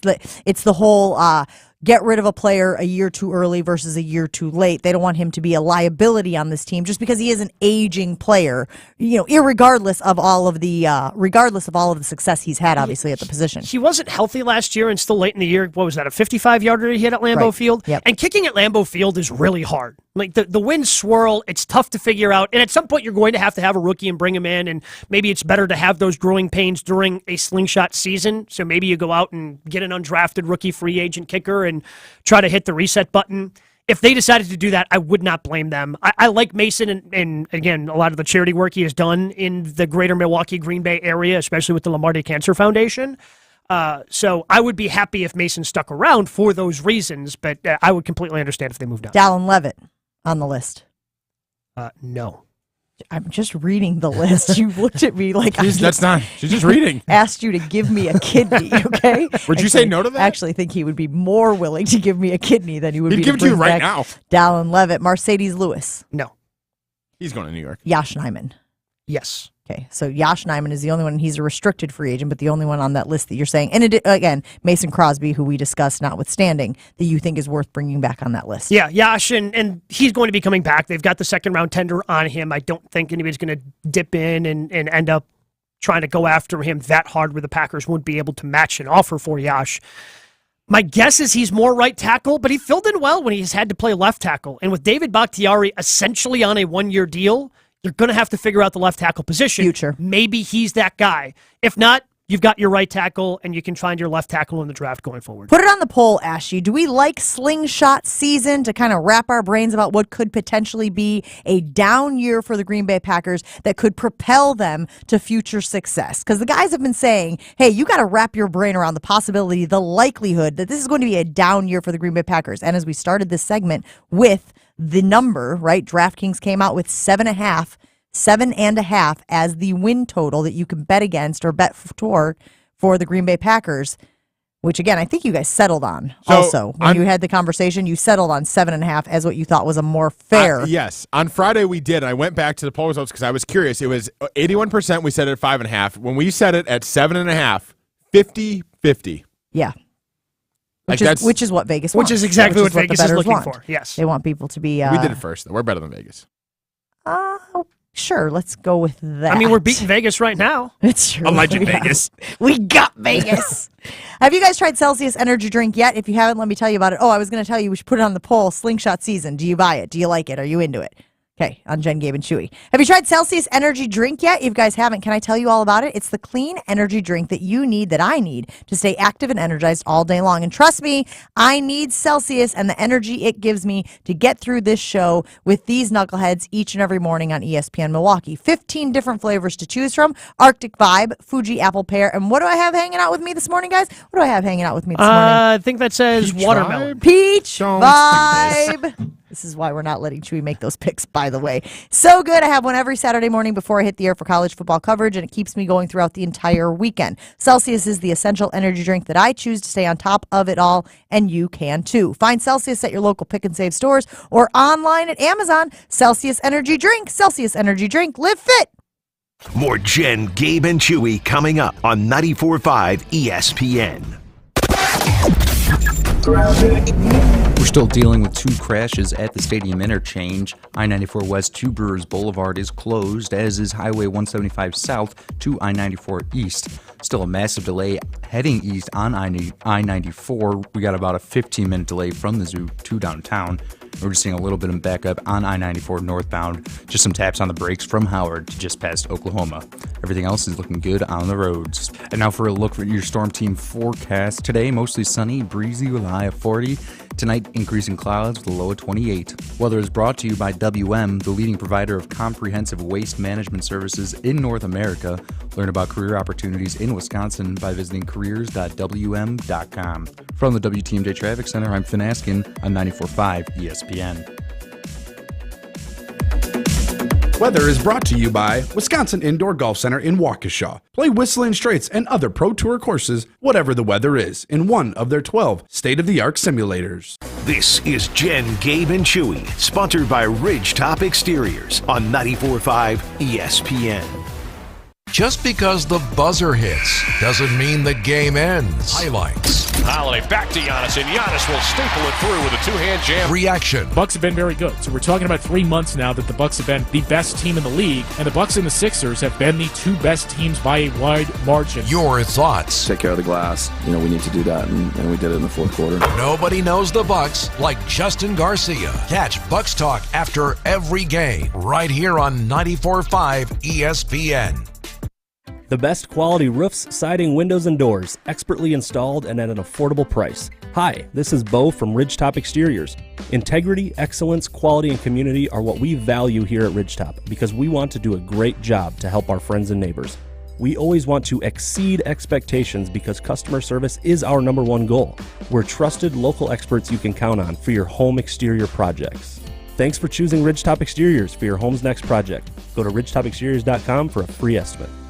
Got chronic joint pain but want to avoid steroids and surgery? Take some advice from pro football legend Emmitt Smith. Call QC Kinetics. Let QC Kinetics help you improve your quality of life with biologic therapies that get your body to repair and restore damaged tissue. These exciting new regenerative treatments from local medical professionals can help your body heal itself with lasting pain relief. Trust me, you want to avoid surgery if you can. Check out these biologic treatments to see what your options are. QC Kinetics. Restorative, regenerative solutions with no downtime, no surgery, no drugs. I'm talking about joint pain we all can relate to in your knees, your shoulders, your hips, and your lower back. They'll get you feeling good again. Get relief now. What are you waiting on? Make the call to QC Kinetics. Tell them Emmitt Smith sent you. Call QC Kinetics, 414-285-3474. That's 414-285-3474. 414-285-3474.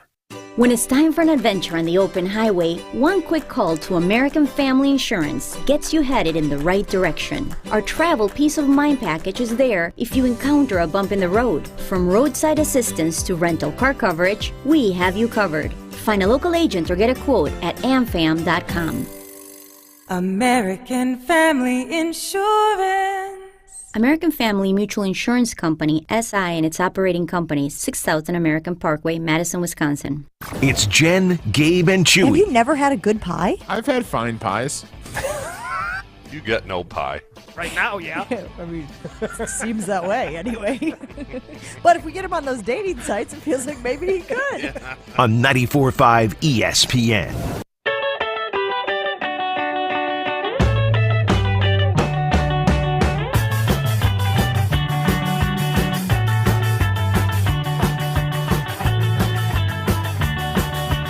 DraftKings has come out with the win total for the Green Bay Packers.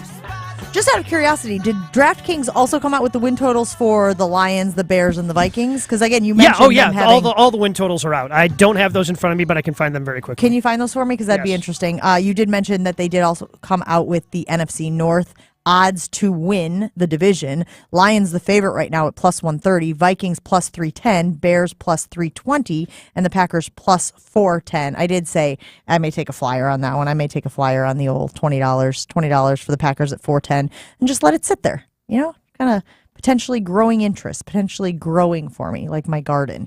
7.5, the number that DraftKings has put on the Green Bay Packers. And apparently the guys on Keyshawn, J. Will, and Max were talking about this morning. Keyshawn Johnson making his pick known. I think they're going to be over, slightly over. I don't know what that total will be, but they'll be over 7 wins. I think Jordan Love is – a lot of people underestimate him because they haven't seen him. I think the staff will do a good enough job to keep him out of harm's way. They do have some young talent on the offensive side of the ball. They still got people in place. The defense is a lot stronger than they were a year ago. They got better at the end of the season. So I think they can win 7 games in a so-so division. Ooh, I think that caveat at the end, though, there might be where he went wrong. Because this is not the NFC North of old. This is not the, beat up on these teams. This is not beat up on the Lions, beat up on the Bears, beat up on the Vikings. Obviously, the Vikings have had success lately, and the Lions certainly are in an upward trajectory. You just mentioned that they're right now the favorite to win the NFC North. And they've got the highest win total at the DraftKings Sportsbook. What do they got? Lions total is 9.5. Whoa. Minnesota is 8.5. Green Bay and Chicago are 7.5. Okay. Do you feel more confident taking 7.5 for the Bears or taking 7.5 for the Packers, Ashy? Bears. I leaned way more towards 6 wins. For GB. Yeah, for the Packers. Now I voted under in the poll, but if I'm actually putting money on it, I would probably say the over 5.5, but we left it there. So I'd say 6, but I can't do 7. But you would definitely take the under. Yeah, I can't do the current line, which is 7.5. Which means 8 wins, and I can't see it. I just can't see 8 winning wins. as many games as they did this past season with losing what they've lost. Which again, this is how I keep But viewing what did it. they lose? Time out. Okay, this isn't like when they lost Devontae Adams and you were like, that is an egregious, enormous hole to have to fill. What did they literally lose? Because I don't think you can talk out of both sides of your mouth, Packers fans, when you say they didn't have talent around Aaron Rodgers and then be angry that they don't have that talent anymore. Yeah, but the fact of the matter remains, they lost their leading receiver from last year. That doesn't say anything about, he's not a number one, but he was their number one. But you thought he was El Stinko. I didn't think he was Stinko, but he's a 2 or a 3 on a good team. He's a 2 or a 3 on a good team. And now you have just a bunch of young guys who might be good, hopefully are good. You at least knew what Allen Lazard was, and you could rely upon him for that. It's the same thing as Robert Tonyan. Them not bringing back Robert Tonyan doesn't really affect me because I don't think that he was going to help them get better in the future. But he was a nice little security blanket that you knew he knew what he was doing, even if he didn't have the physical capabilities that he did pre-ACL injury. Is Tyler Davis, who they did re-sign, is he better than Tonyan? No. Tonyan is better? Yes. Even with the knee injury that he was coming off of? Tyler Davis is just a guy. Jag. He's just a guy. Is Tyler Davis better than Josiah DeGuara? Probably not. You're like, push? I'm guessing no, but really, if you told me he was, I would just go along with it.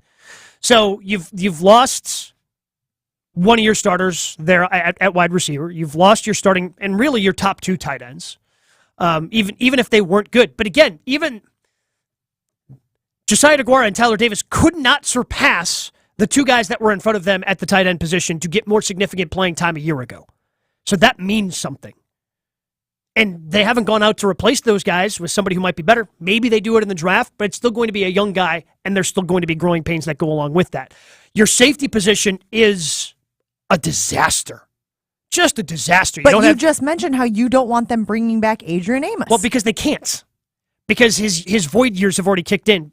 Part of the complications of pushing money into the future and having these void years, then when it's time to become a free agent and all this money comes due, like they're already paying money for Adrian Amos on this year's salary cap. I don't want to start paying even more money for Adrian Amos at this point. So do you anticipate them using some of their draft capital to go out and get a safety? Maybe he isn't able to make an impact right away, but... Yeah, like 3rd, 4th round pick, something like that. Defensive backs. Yes. They're going to be focused on the defensive backs. Which is why I think, again, Roswell Douglas potentially becoming a safety. Because you have to do something with Darnell Savage. Have to play him somewhere. You're paying him $8 million guaranteed this year. So you're missing that. The 2 guys, again, they were just guys, but Devontae Wyatt couldn't get ahead of them really until injuries happened at the end of the season. Jaron Reed and Dean Lowry, 2 starters last year, gone on the defensive line. You got to completely redo the defensive line again. You're missing key pieces from a team that won 8 games last year, and you're getting actively worse to potentially get better. But it doesn't make me think that they can win the same amount of games that they did last year. Well, it has us asking you this morning on the Jen, Gabe, and Chewy Twitter account, is slingshot season a good branding for the Packers' upcoming season? And the thought process is, if you subscribe to this idea that Gabe and Chewy have been talking about for the last few days, that it is going to be a step back for this year's team, but it could be a good thing because you could be building towards greater success in the future. Basically, this idea of you have to pull a slingshot back in order to propel the object forward. Can you wrap your brain around this year being a slingshot season and then not live and die by every single game, live and die by every single outcome, because you're seeing incremental improvement at specific personnel positions, by specific guys, all of those things. With Adrian Amos, he would certainly make the team better this year, but I don't think he makes the team better in 2024. And the 2023 version of the Packers is about putting yourself in a better position in 2024 and 2025. So you draft a couple of guys, okay, they don't work out. Well, maybe now you can dip into free agency when you have those funds available to you in 24 or 25. It allows you to kind of take a step back. Yeah, maybe the guy you have isn't immediately better than Robert Tonyan at tight end. But maybe if you use that 15th overall pick on a tight end, say, I don't know, I'll just pull a name out of the air, Michael Mayer out of Notre Dame. Just that one, seems, just a name. That's just the name that I'm pulling. Mayer. But it he's going to become. Say it again. I'll tell you right now, okay? But he becomes better, right? Maybe Robert Tonyan would be better than him and be the actual starter in 2023, but Mayer would surpass him in 2024. Not having some veterans block some of these young guys is not going to be a bad thing for the Packers' future. It may be bad in terms of immediate success, but you have to have those. You got to take those lumps at some point.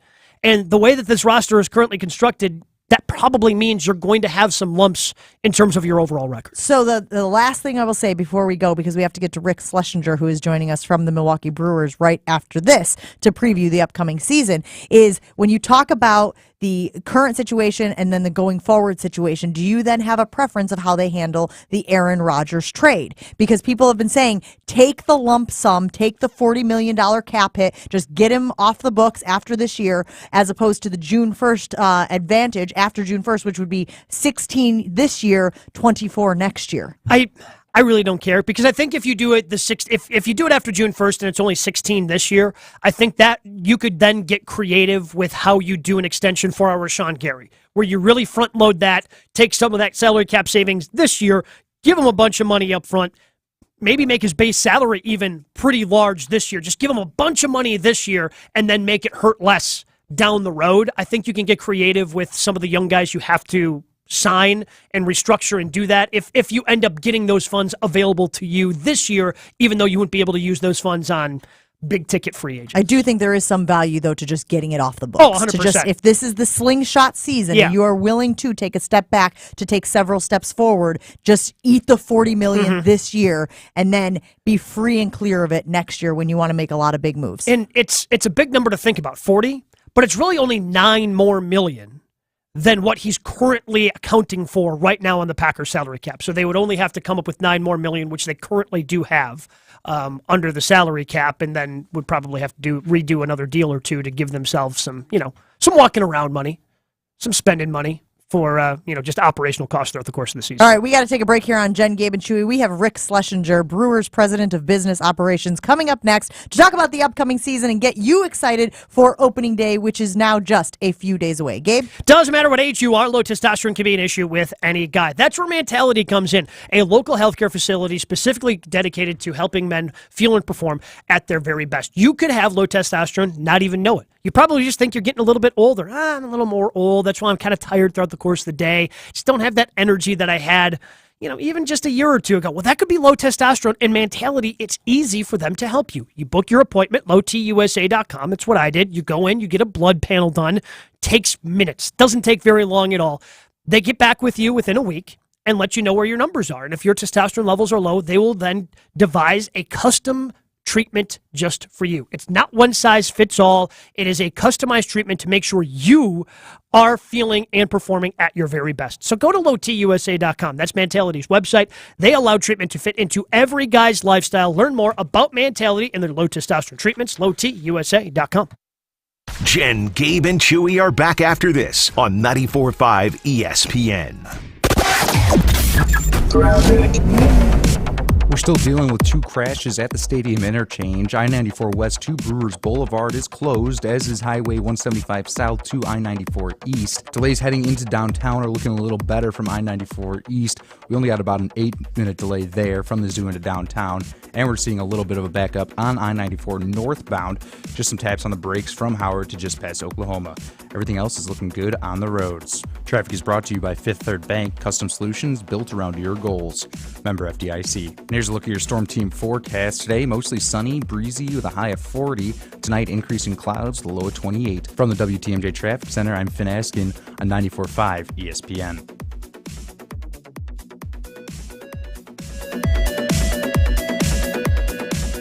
Looking for the best way to welcome new teammates or business partners to your team? Look no further. 3 Tree Marketing is a full-service branded merchandise agency using creative merchandising to share your company's story. Be the envy of others with specialized gifting and onboarding kits from 3 Tree, an amazing opportunity to best showcase what a brand is all about. Work with a team that thinks outside the box and becomes an extension of your team. See what else 3 Tree Marketing can do for your team and set an appointment today. 3treemarketing.com.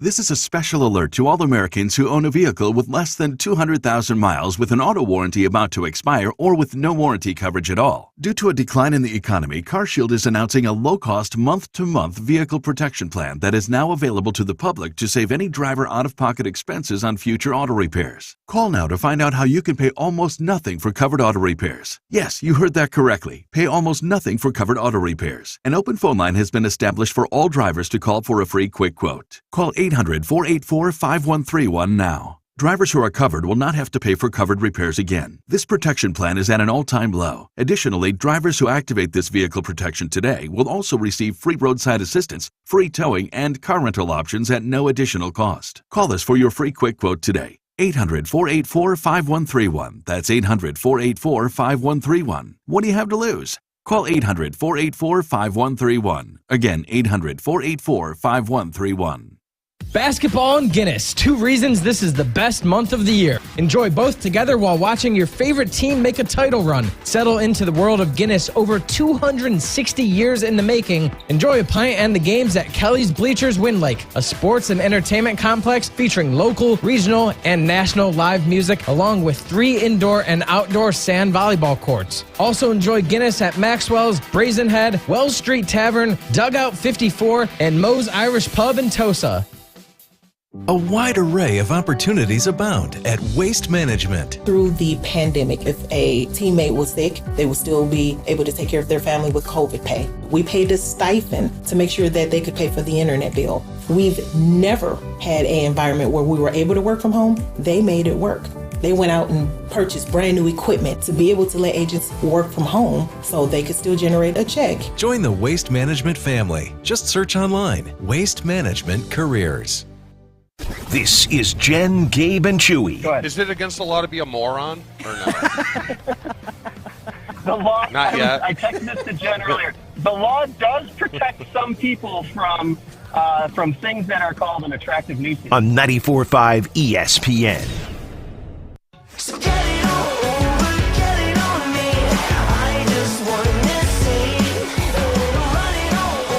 Jen, Gabe, and Chewy on ESPN Wisconsin.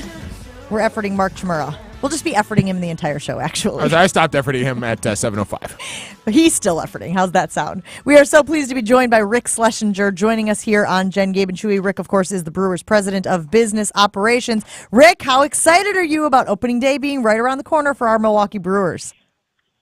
Yeah, I'm pretty excited. It's been a good off-season, very busy off-season for us, but we're ready to go. We start with the Cubs at Wrigley on Thursday, but home opener here Monday against the Mets, so we're looking forward to a lot of fun and some full stands. Cross your fingers though on that one, right? Because I've seen the weather. I've seen the weather reports, right? I've got friends. My son is actually going down to the game with some pals, and we just told him, well, dress warmly, like, which is not a big shocker because it's always chilly.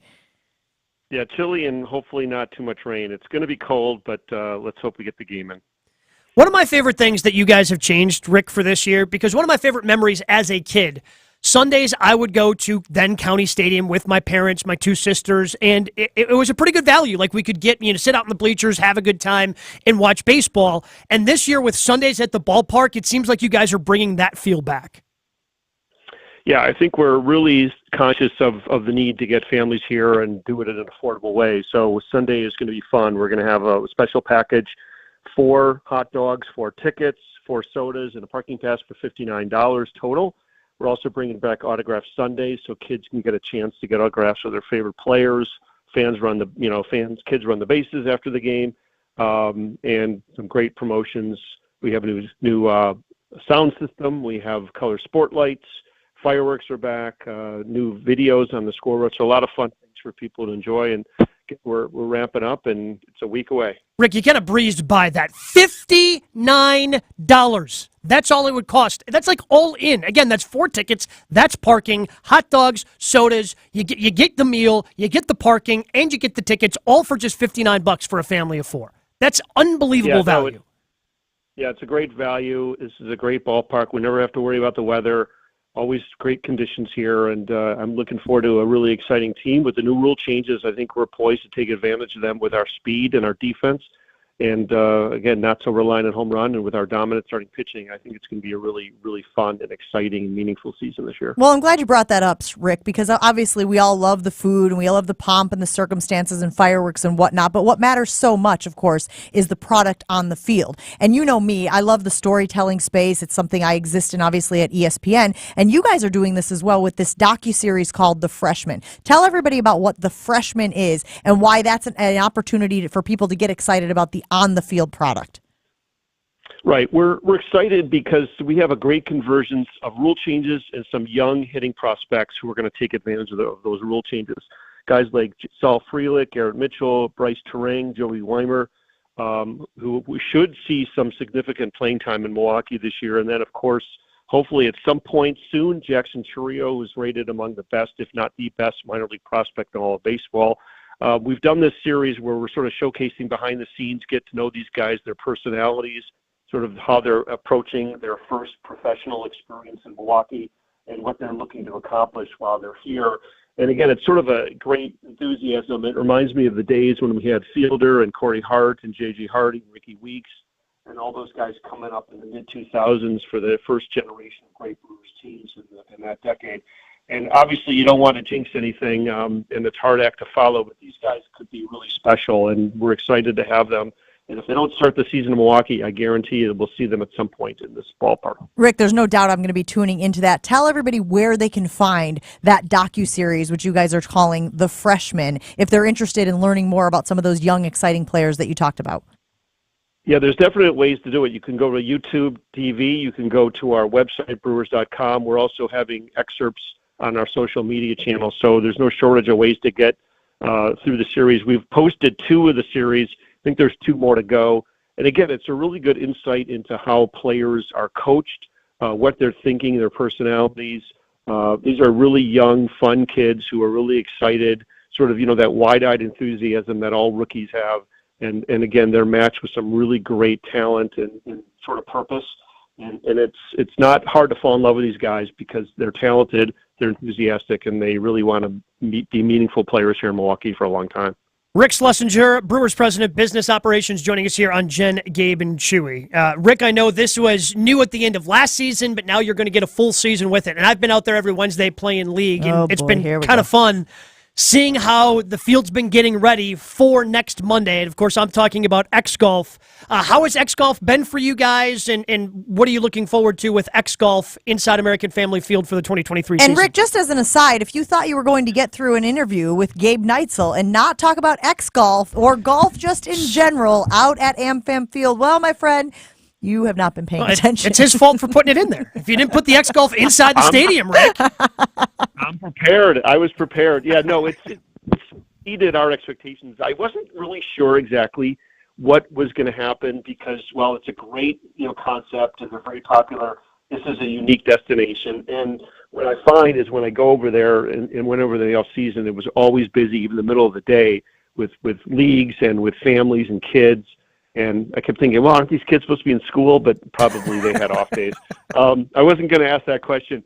And we're really excited about it. It's gone great. Food is really good, and people are having a good time. And then with the opening of the Barrel Yard on April 3rd, we've got a great full-service, fun brewery restaurant opening, so people can golf. And if they don't want to golf, they can shop at the team store, and they can also have a nice meal at the Barrel Yard. So we're making this sort of a 365 destination here because, while baseball is the primary goal of American Family Field, we want people to come during the off season as well. Yeah, and April 3rd is the grand opening of the Barrel Yard. I think people will be excited to see what you guys are going to trot out there. And Rick, the last thing I want to get to you this morning is, of course, this announcement that you guys have limited tickets that have recently been released for the home opener on Monday, April 3rd. I know there were people who were like, I'm not sure if I'm going to be able to get out there, but now there are some tickets available. How can people get those tickets if they do, in fact, want to go out to AmFam Field on Monday, April 3rd? Yeah, we just released some visiting team holds and some scout holds and a few other tickets, and some are in decent locations, so it's not just in the corners of the terrace level. People can go to the best way to buy tickets is brewers.com. It's very easy; it's a few clicks. They can also come to the box office. It's a little chilly out there, but the box office will be open at 9 a.m. And also can call 414-902-4000 for a ticket. So a lot of different ways to get them.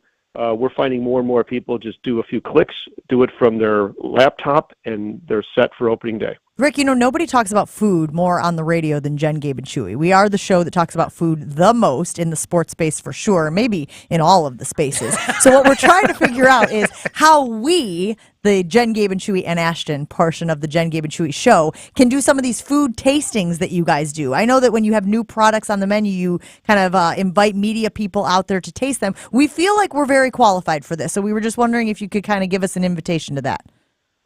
Yeah, how about coming out today at 10 a.m. and provide you some food? Yes! Look at that, 10 a.m. today. That's easy. I have nothing going You on. asked, I deliver. that was remarkably easy. This was not staged. This was just literally a random question from you, and I delivered. Yes, that's amazing. Well, they always say ask for the sale, right? It's one of my primary and one of my life tenets is always ask for the sale. The worst they could say is no. And Rick said yes. So we're going to go out there and taste some stuff today at 10 o'clock. Sweet. Where do we pick up our passes, Rick? Maybe we guys can have fun. offline this.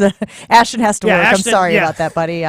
Talk with our people will talk with you, and we'll figure it out from there. Wish I could get you off, but maybe I'll. Whoa. Maybe I'll. Happy to have you guys here. Rick, I'm so sorry. It was inevitable. We appreciate you hanging out with us here on Jen, Gabe, and Chewy. The gentlemen that I do the show with have just left their respective spots. Just happened. Good luck to you. I wish. Thank you. I said I wish I could get him off of work. I wish I could get him off. You know what? I'm done. I'm not talking anymore. You guys are having way too much fun. Yeah, sure, fun. That's one word for it. That's definitely one word for it. I called Gabe Babe earlier today in the show, so I'm having one of those days, Rick. We appreciate you, and we will see you out at the ballpark. Thanks, man. Thanks for having me on. All right. Should I just be done for the day? Should I just you have a read. Should that I was just a leave? really unfortunate time to It just was stop unfortunate. talking. I'm so sorry. We were doing so well. We just got invited to go to the tasting today. I gotta make at 10 sure. a.m. I gotta make sure that Rick is still going to be cool That with us invite is coming gone, out there. no doubt. Yeah. What? Do you think he would rescind it? I mean, wouldn't you after that? No. I feel like Rick knows what he was getting himself into when he hung out with Jen, Gabe, and Chewy on a Monday morning. Hey, mortgage loans are tough, and it is March, and there is a lot of madness happening out there. But Great Midwest Bank wants you to leave the madness to the basketball because Great Midwest Bank makes the loan process super easy. So many people have had a great experience with Great Midwest Bank. So if you're in the market to buy a home, go with a lender that keeps it all very simple. Visit greatmidwestbank.com to begin your mortgage application. And listen, the economy, it's less than ideal right now, but life keeps going and you might find yourself needing to finally go ahead and buy a house. That's where Great Midwest Bank comes in. And that's the thing about Great Midwest Bank, guys. They are so good at all of the things they do. So If you are in the market right now for a mortgage loan, or maybe you're in the market right now to buy a house, I cannot recommend Great Midwest Bank higher than I do each and every morning here on Jen, Gabe, and Chewy. Just go to their website. It's greatmidwestbank.com, and Great Midwest Bank is, of course, your and my simply local equal housing lender. Full show podcasts, interviews, and special content is available right now at WisconsinOnDemand.com. This is Jen, Gabe, and Chewy on 94.5 ESPN. There are fewer things better than basketball and pizza, which is why we're teaming up with Palermo's Pizza for the Palermo's Pizza Bracket Challenge. Follow along for the remainder of the tourney as 16 lucky fans are assigned teams, and to the victor go all the spoils. Even if you're not part of the Bracket Challenge, Palermo's Pizza is the best sixth man off the bench when it comes to enjoying the games. Palermo's Pizza, Wisconsin's hometown pizza. Texting enrolls you in a recurring automated marketing text messages. Consent not required to purchase. Message data rates may apply. Nice run. It's great being back out on the mountain. You sort of disappeared for a while. Everything okay? Between you and me, it was lower testosterone. Lower T? Yeah. The doc told me once you hit 40, your body has less free testosterone, and that can make it harder to stay in shape. That's why I started taking Nugenix Total T. It's made a huge difference. Oh, I've seen that on TV. Is it for real? For sure. It's the #1 doctor-recommended testosterone booster. It boosts free and total testosterone levels to help you get back the drive and energy from your youth. My wife, my boss, my kids, everyone has noticed a change in me. Do they still give out complimentary bottles for people to try for themselves? Yes, just send them a text. Guys, text HEFTY to 321-321 right now for your complimentary bottle of Nugenix Total T. Nugenix is the #1 selling testosterone brand at GNC and Walmart. Plus, text now and we'll include a bottle of Nugenix Thermo, our most powerful fat incinerator ever, to help you get back in shape fast, absolutely free. Text HEFTY to 321-321. That's HEFTY to 321-321. Take your first shot at hoops with FanDuel Sportsbook. Sign up today by going to FanDuel.com/play and make every moment more with FanDuel. 21 plus in select states. First online real money wager only. $10 deposit required. Refund issued as non-withdrawable bonus bets that expire in 14 days. Restrictions apply. See full terms at FanDuel.com/sportsbook. FanDuel is offering online sports wagering in Kansas under an agreement with Kansas Star Casino LLC. Gambling problem? Call 1-800-GAMBLER or visit FanDuel.com/RG in Colorado, Iowa, Michigan, New Jersey, Ohio, Pennsylvania, Illinois, Tennessee, and Virginia. 1-800-NEXT-STEP or text NEXT-STEP to 53342 in Arizona. 1-888-789-7777 or visit ccpg.org/chat in Connecticut. 1-800-9-WITH-IT in Indiana. 1-800-522-4700 or visit KESGamblingHelp.com in Kansas. 1-877-770-STOP in Louisiana. Visit mdgamblinghelp.org in Maryland. 1-877-8-HOPE-NY or text HOPE-NY 467-369 in New York. 1-800-522-4700 in Wyoming or visit 1-800-GAMBLER.net in West Virginia. Get in the zone, AutoZone. Welcome to AutoZone. What are you working on today? Starting trouble. No one likes that. We can get you set up for some stronger starts. You might just need a fresh charge, and we can take care of that free of charge.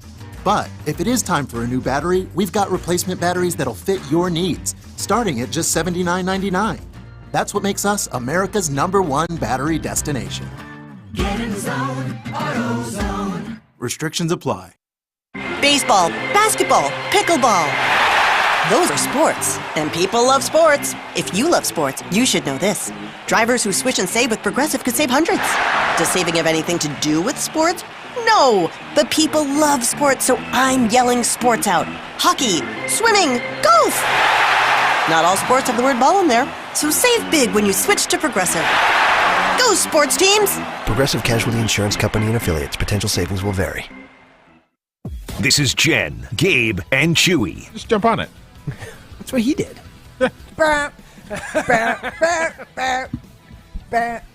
Chewy, jump on it, jump on it, jump on it. Slow down. On 94.5 ESPN. Here we go. So put your best face on, everybody pretend you know this song. Everybody come hang. Let's go out.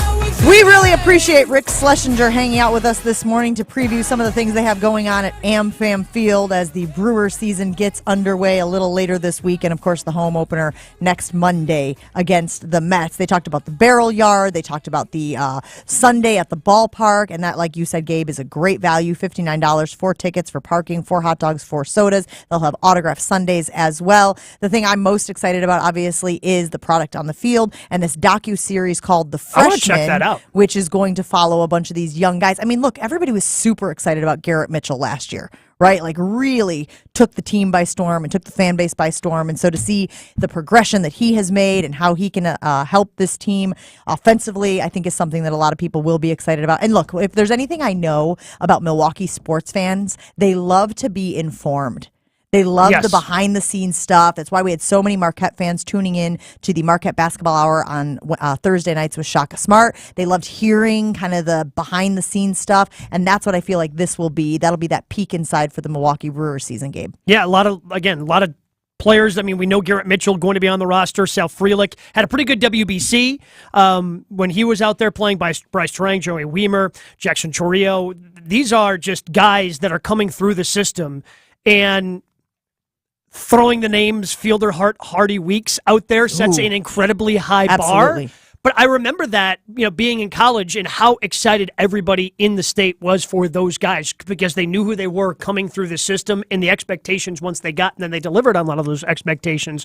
So hopefully these guys can live up to that billing that Rick gave them. That was my first season covering the Milwaukee Brewers here in Milwaukee, and I remember distinctly, I have this snapshot in my brain of an interview that they did with all of those guys sitting in the stands, lower level, just above the dugout, and it was those guys that you mentioned, the Weeks, the Fielder, the Corey Hart, J.J. Hardy, and I don't even, Bronny was maybe coming up. I feel like he was there, but he wasn't on the big league roster yet, and just the excitement level that people had for that young farm system finally getting to the big leagues. If they can do something like that, if they can duplicate it, my goodness, it will be an extraordinary year for the Milwaukee Brewers. We put a lot of stuff on the Jen, Gabe, and Chewy Twitter polls this morning, and a lot of it was about this bet that we have going on with Scalzo and Brust. Should we allow Chewy to make the final 3 picks of our head-to-head betting challenge with Scalzo and Brust? He really wants to. I love that you put that in there, like in an attempt to hey, let's throw the big guy a bone here, huh? 54% of people are saying no, 46% of people are saying yes. Nobody responded as far as giving their explanation or rationale why, but we did get a lot of people weighing in on the ESPN Wisconsin talk and text line earlier today, and there were people saying, how bad could it be? So I think we should definitely unpack that. How bad could it be if we let Chewy make the picks? Well, he goes 0-3, Scalzo and Brust go 3-0, and they beat us. Yeah, they don't even have to go 3-0 to beat us, right? If we go 0-3, we're up 2, or they would have to get. They would have to go. Right. They would have to go 3-0. We haven't discussed what happens if we tie. Oh, is that possible? Yeah, it's certainly possible. They would have to go 3-0. If we go 1-2, maybe we put a tie. score. You know how they do it on the NCAA tournament site when you're making your picks? You have to put a score, and then it's closest to the actual score wins. In case there was a tie for the NCAA tournament, the bracket challenge. Do we want to do that? Do we want to? Again, but we're already betting on the score of the game. We'll know because we're against the spread. But it could be 73-76, or it could be 68-60. You know what I'm saying? Oh yeah, okay. Sure. I don't know. Whoever gets the score. Just do closer. total. I would say total points. Let's Not just, even just let's the just wipe the total floor points. with them this week. Let's just end it on Saturday. That's a right. great idea. You know what that means? We don't let Chewy pick. No, we don't let Chewy pick. Absolutely not. Come on. The guy's won a Super Bowl. What do we want? He knows how He to win. won a Super Bowl. He didn't win an NCAA tournament. He also barely knew who was playing this weekend. I don't know if he knew it all. Honestly, barely might be a compliment for him. Unless you think that it is just a crapshoot. Unless you think that we could have done as well as we did just by flipping a coin each and every game. I do, actually. I hate agreeing with Ron, but I think we could have done just as well. Except for that 13-3 day that I had, which I will not let you never know. Forget. You could have gone 14-2. Who knows? If we flip the coin. You did great. Yeah, we could try that. We could redo the whole bracket. And I'm not saying for any other than knowledge information. We could take the bracket. We could look at what the lines were. We could flip a coin over or under, or favorite or not favorite, I suppose. Is hear me out on my idea. Or we could let Chewy do that for the final 3 years. No. Just throw it out there one more time. I feel like Michael Scott right now. Are you okay with the foul call at the end of Creighton San Diego State? Gabe is arguing that a foul is a foul no matter what the situation is. And Gabe, you'll be happy to know that 73% of people agree with you. It was a foul. They should have called the foul. It doesn't matter how they were calling the game or when it occurred in the game. If you want to get the calls right, you have to be okay with a call being called then in the game. And then we asked you guys about the slingshot season. Is slingshot season good branding for the Packers' upcoming season? 73% of people are saying no. They don't get it. They just don't understand. Not. Which, you know what that means? We're just going to keep We're hammering gonna do it here anyways, on yeah. Jen, I've Gabe, already got the and logo Chewy. I'm drawing back Exactly. here. What is the logo? The field goal? So far, the early one is a field goal with the slingshot pulled back with the football on a football field with hashtag slingshot SZN season in there. We're working on it. Don in Brookfield saying the season of love should be the only choice. I don't know. I put slingshot season up against season of love any day. But mostly because I don't want to be hit with any more harassment allegations for the way that allegations? The evidence. Yeah, people will find it in like 20 minutes online. Just allegations at this point. Thanks for listening to Jen, Gabe, and Chewy. Wildy and Tausch is next on ESPN Wisconsin. We'll see ya. No more incidents out at the stadium interchange and no more delays across the board. Should be all clear for the rest of your morning commute. Traffic is brought to you by Fisco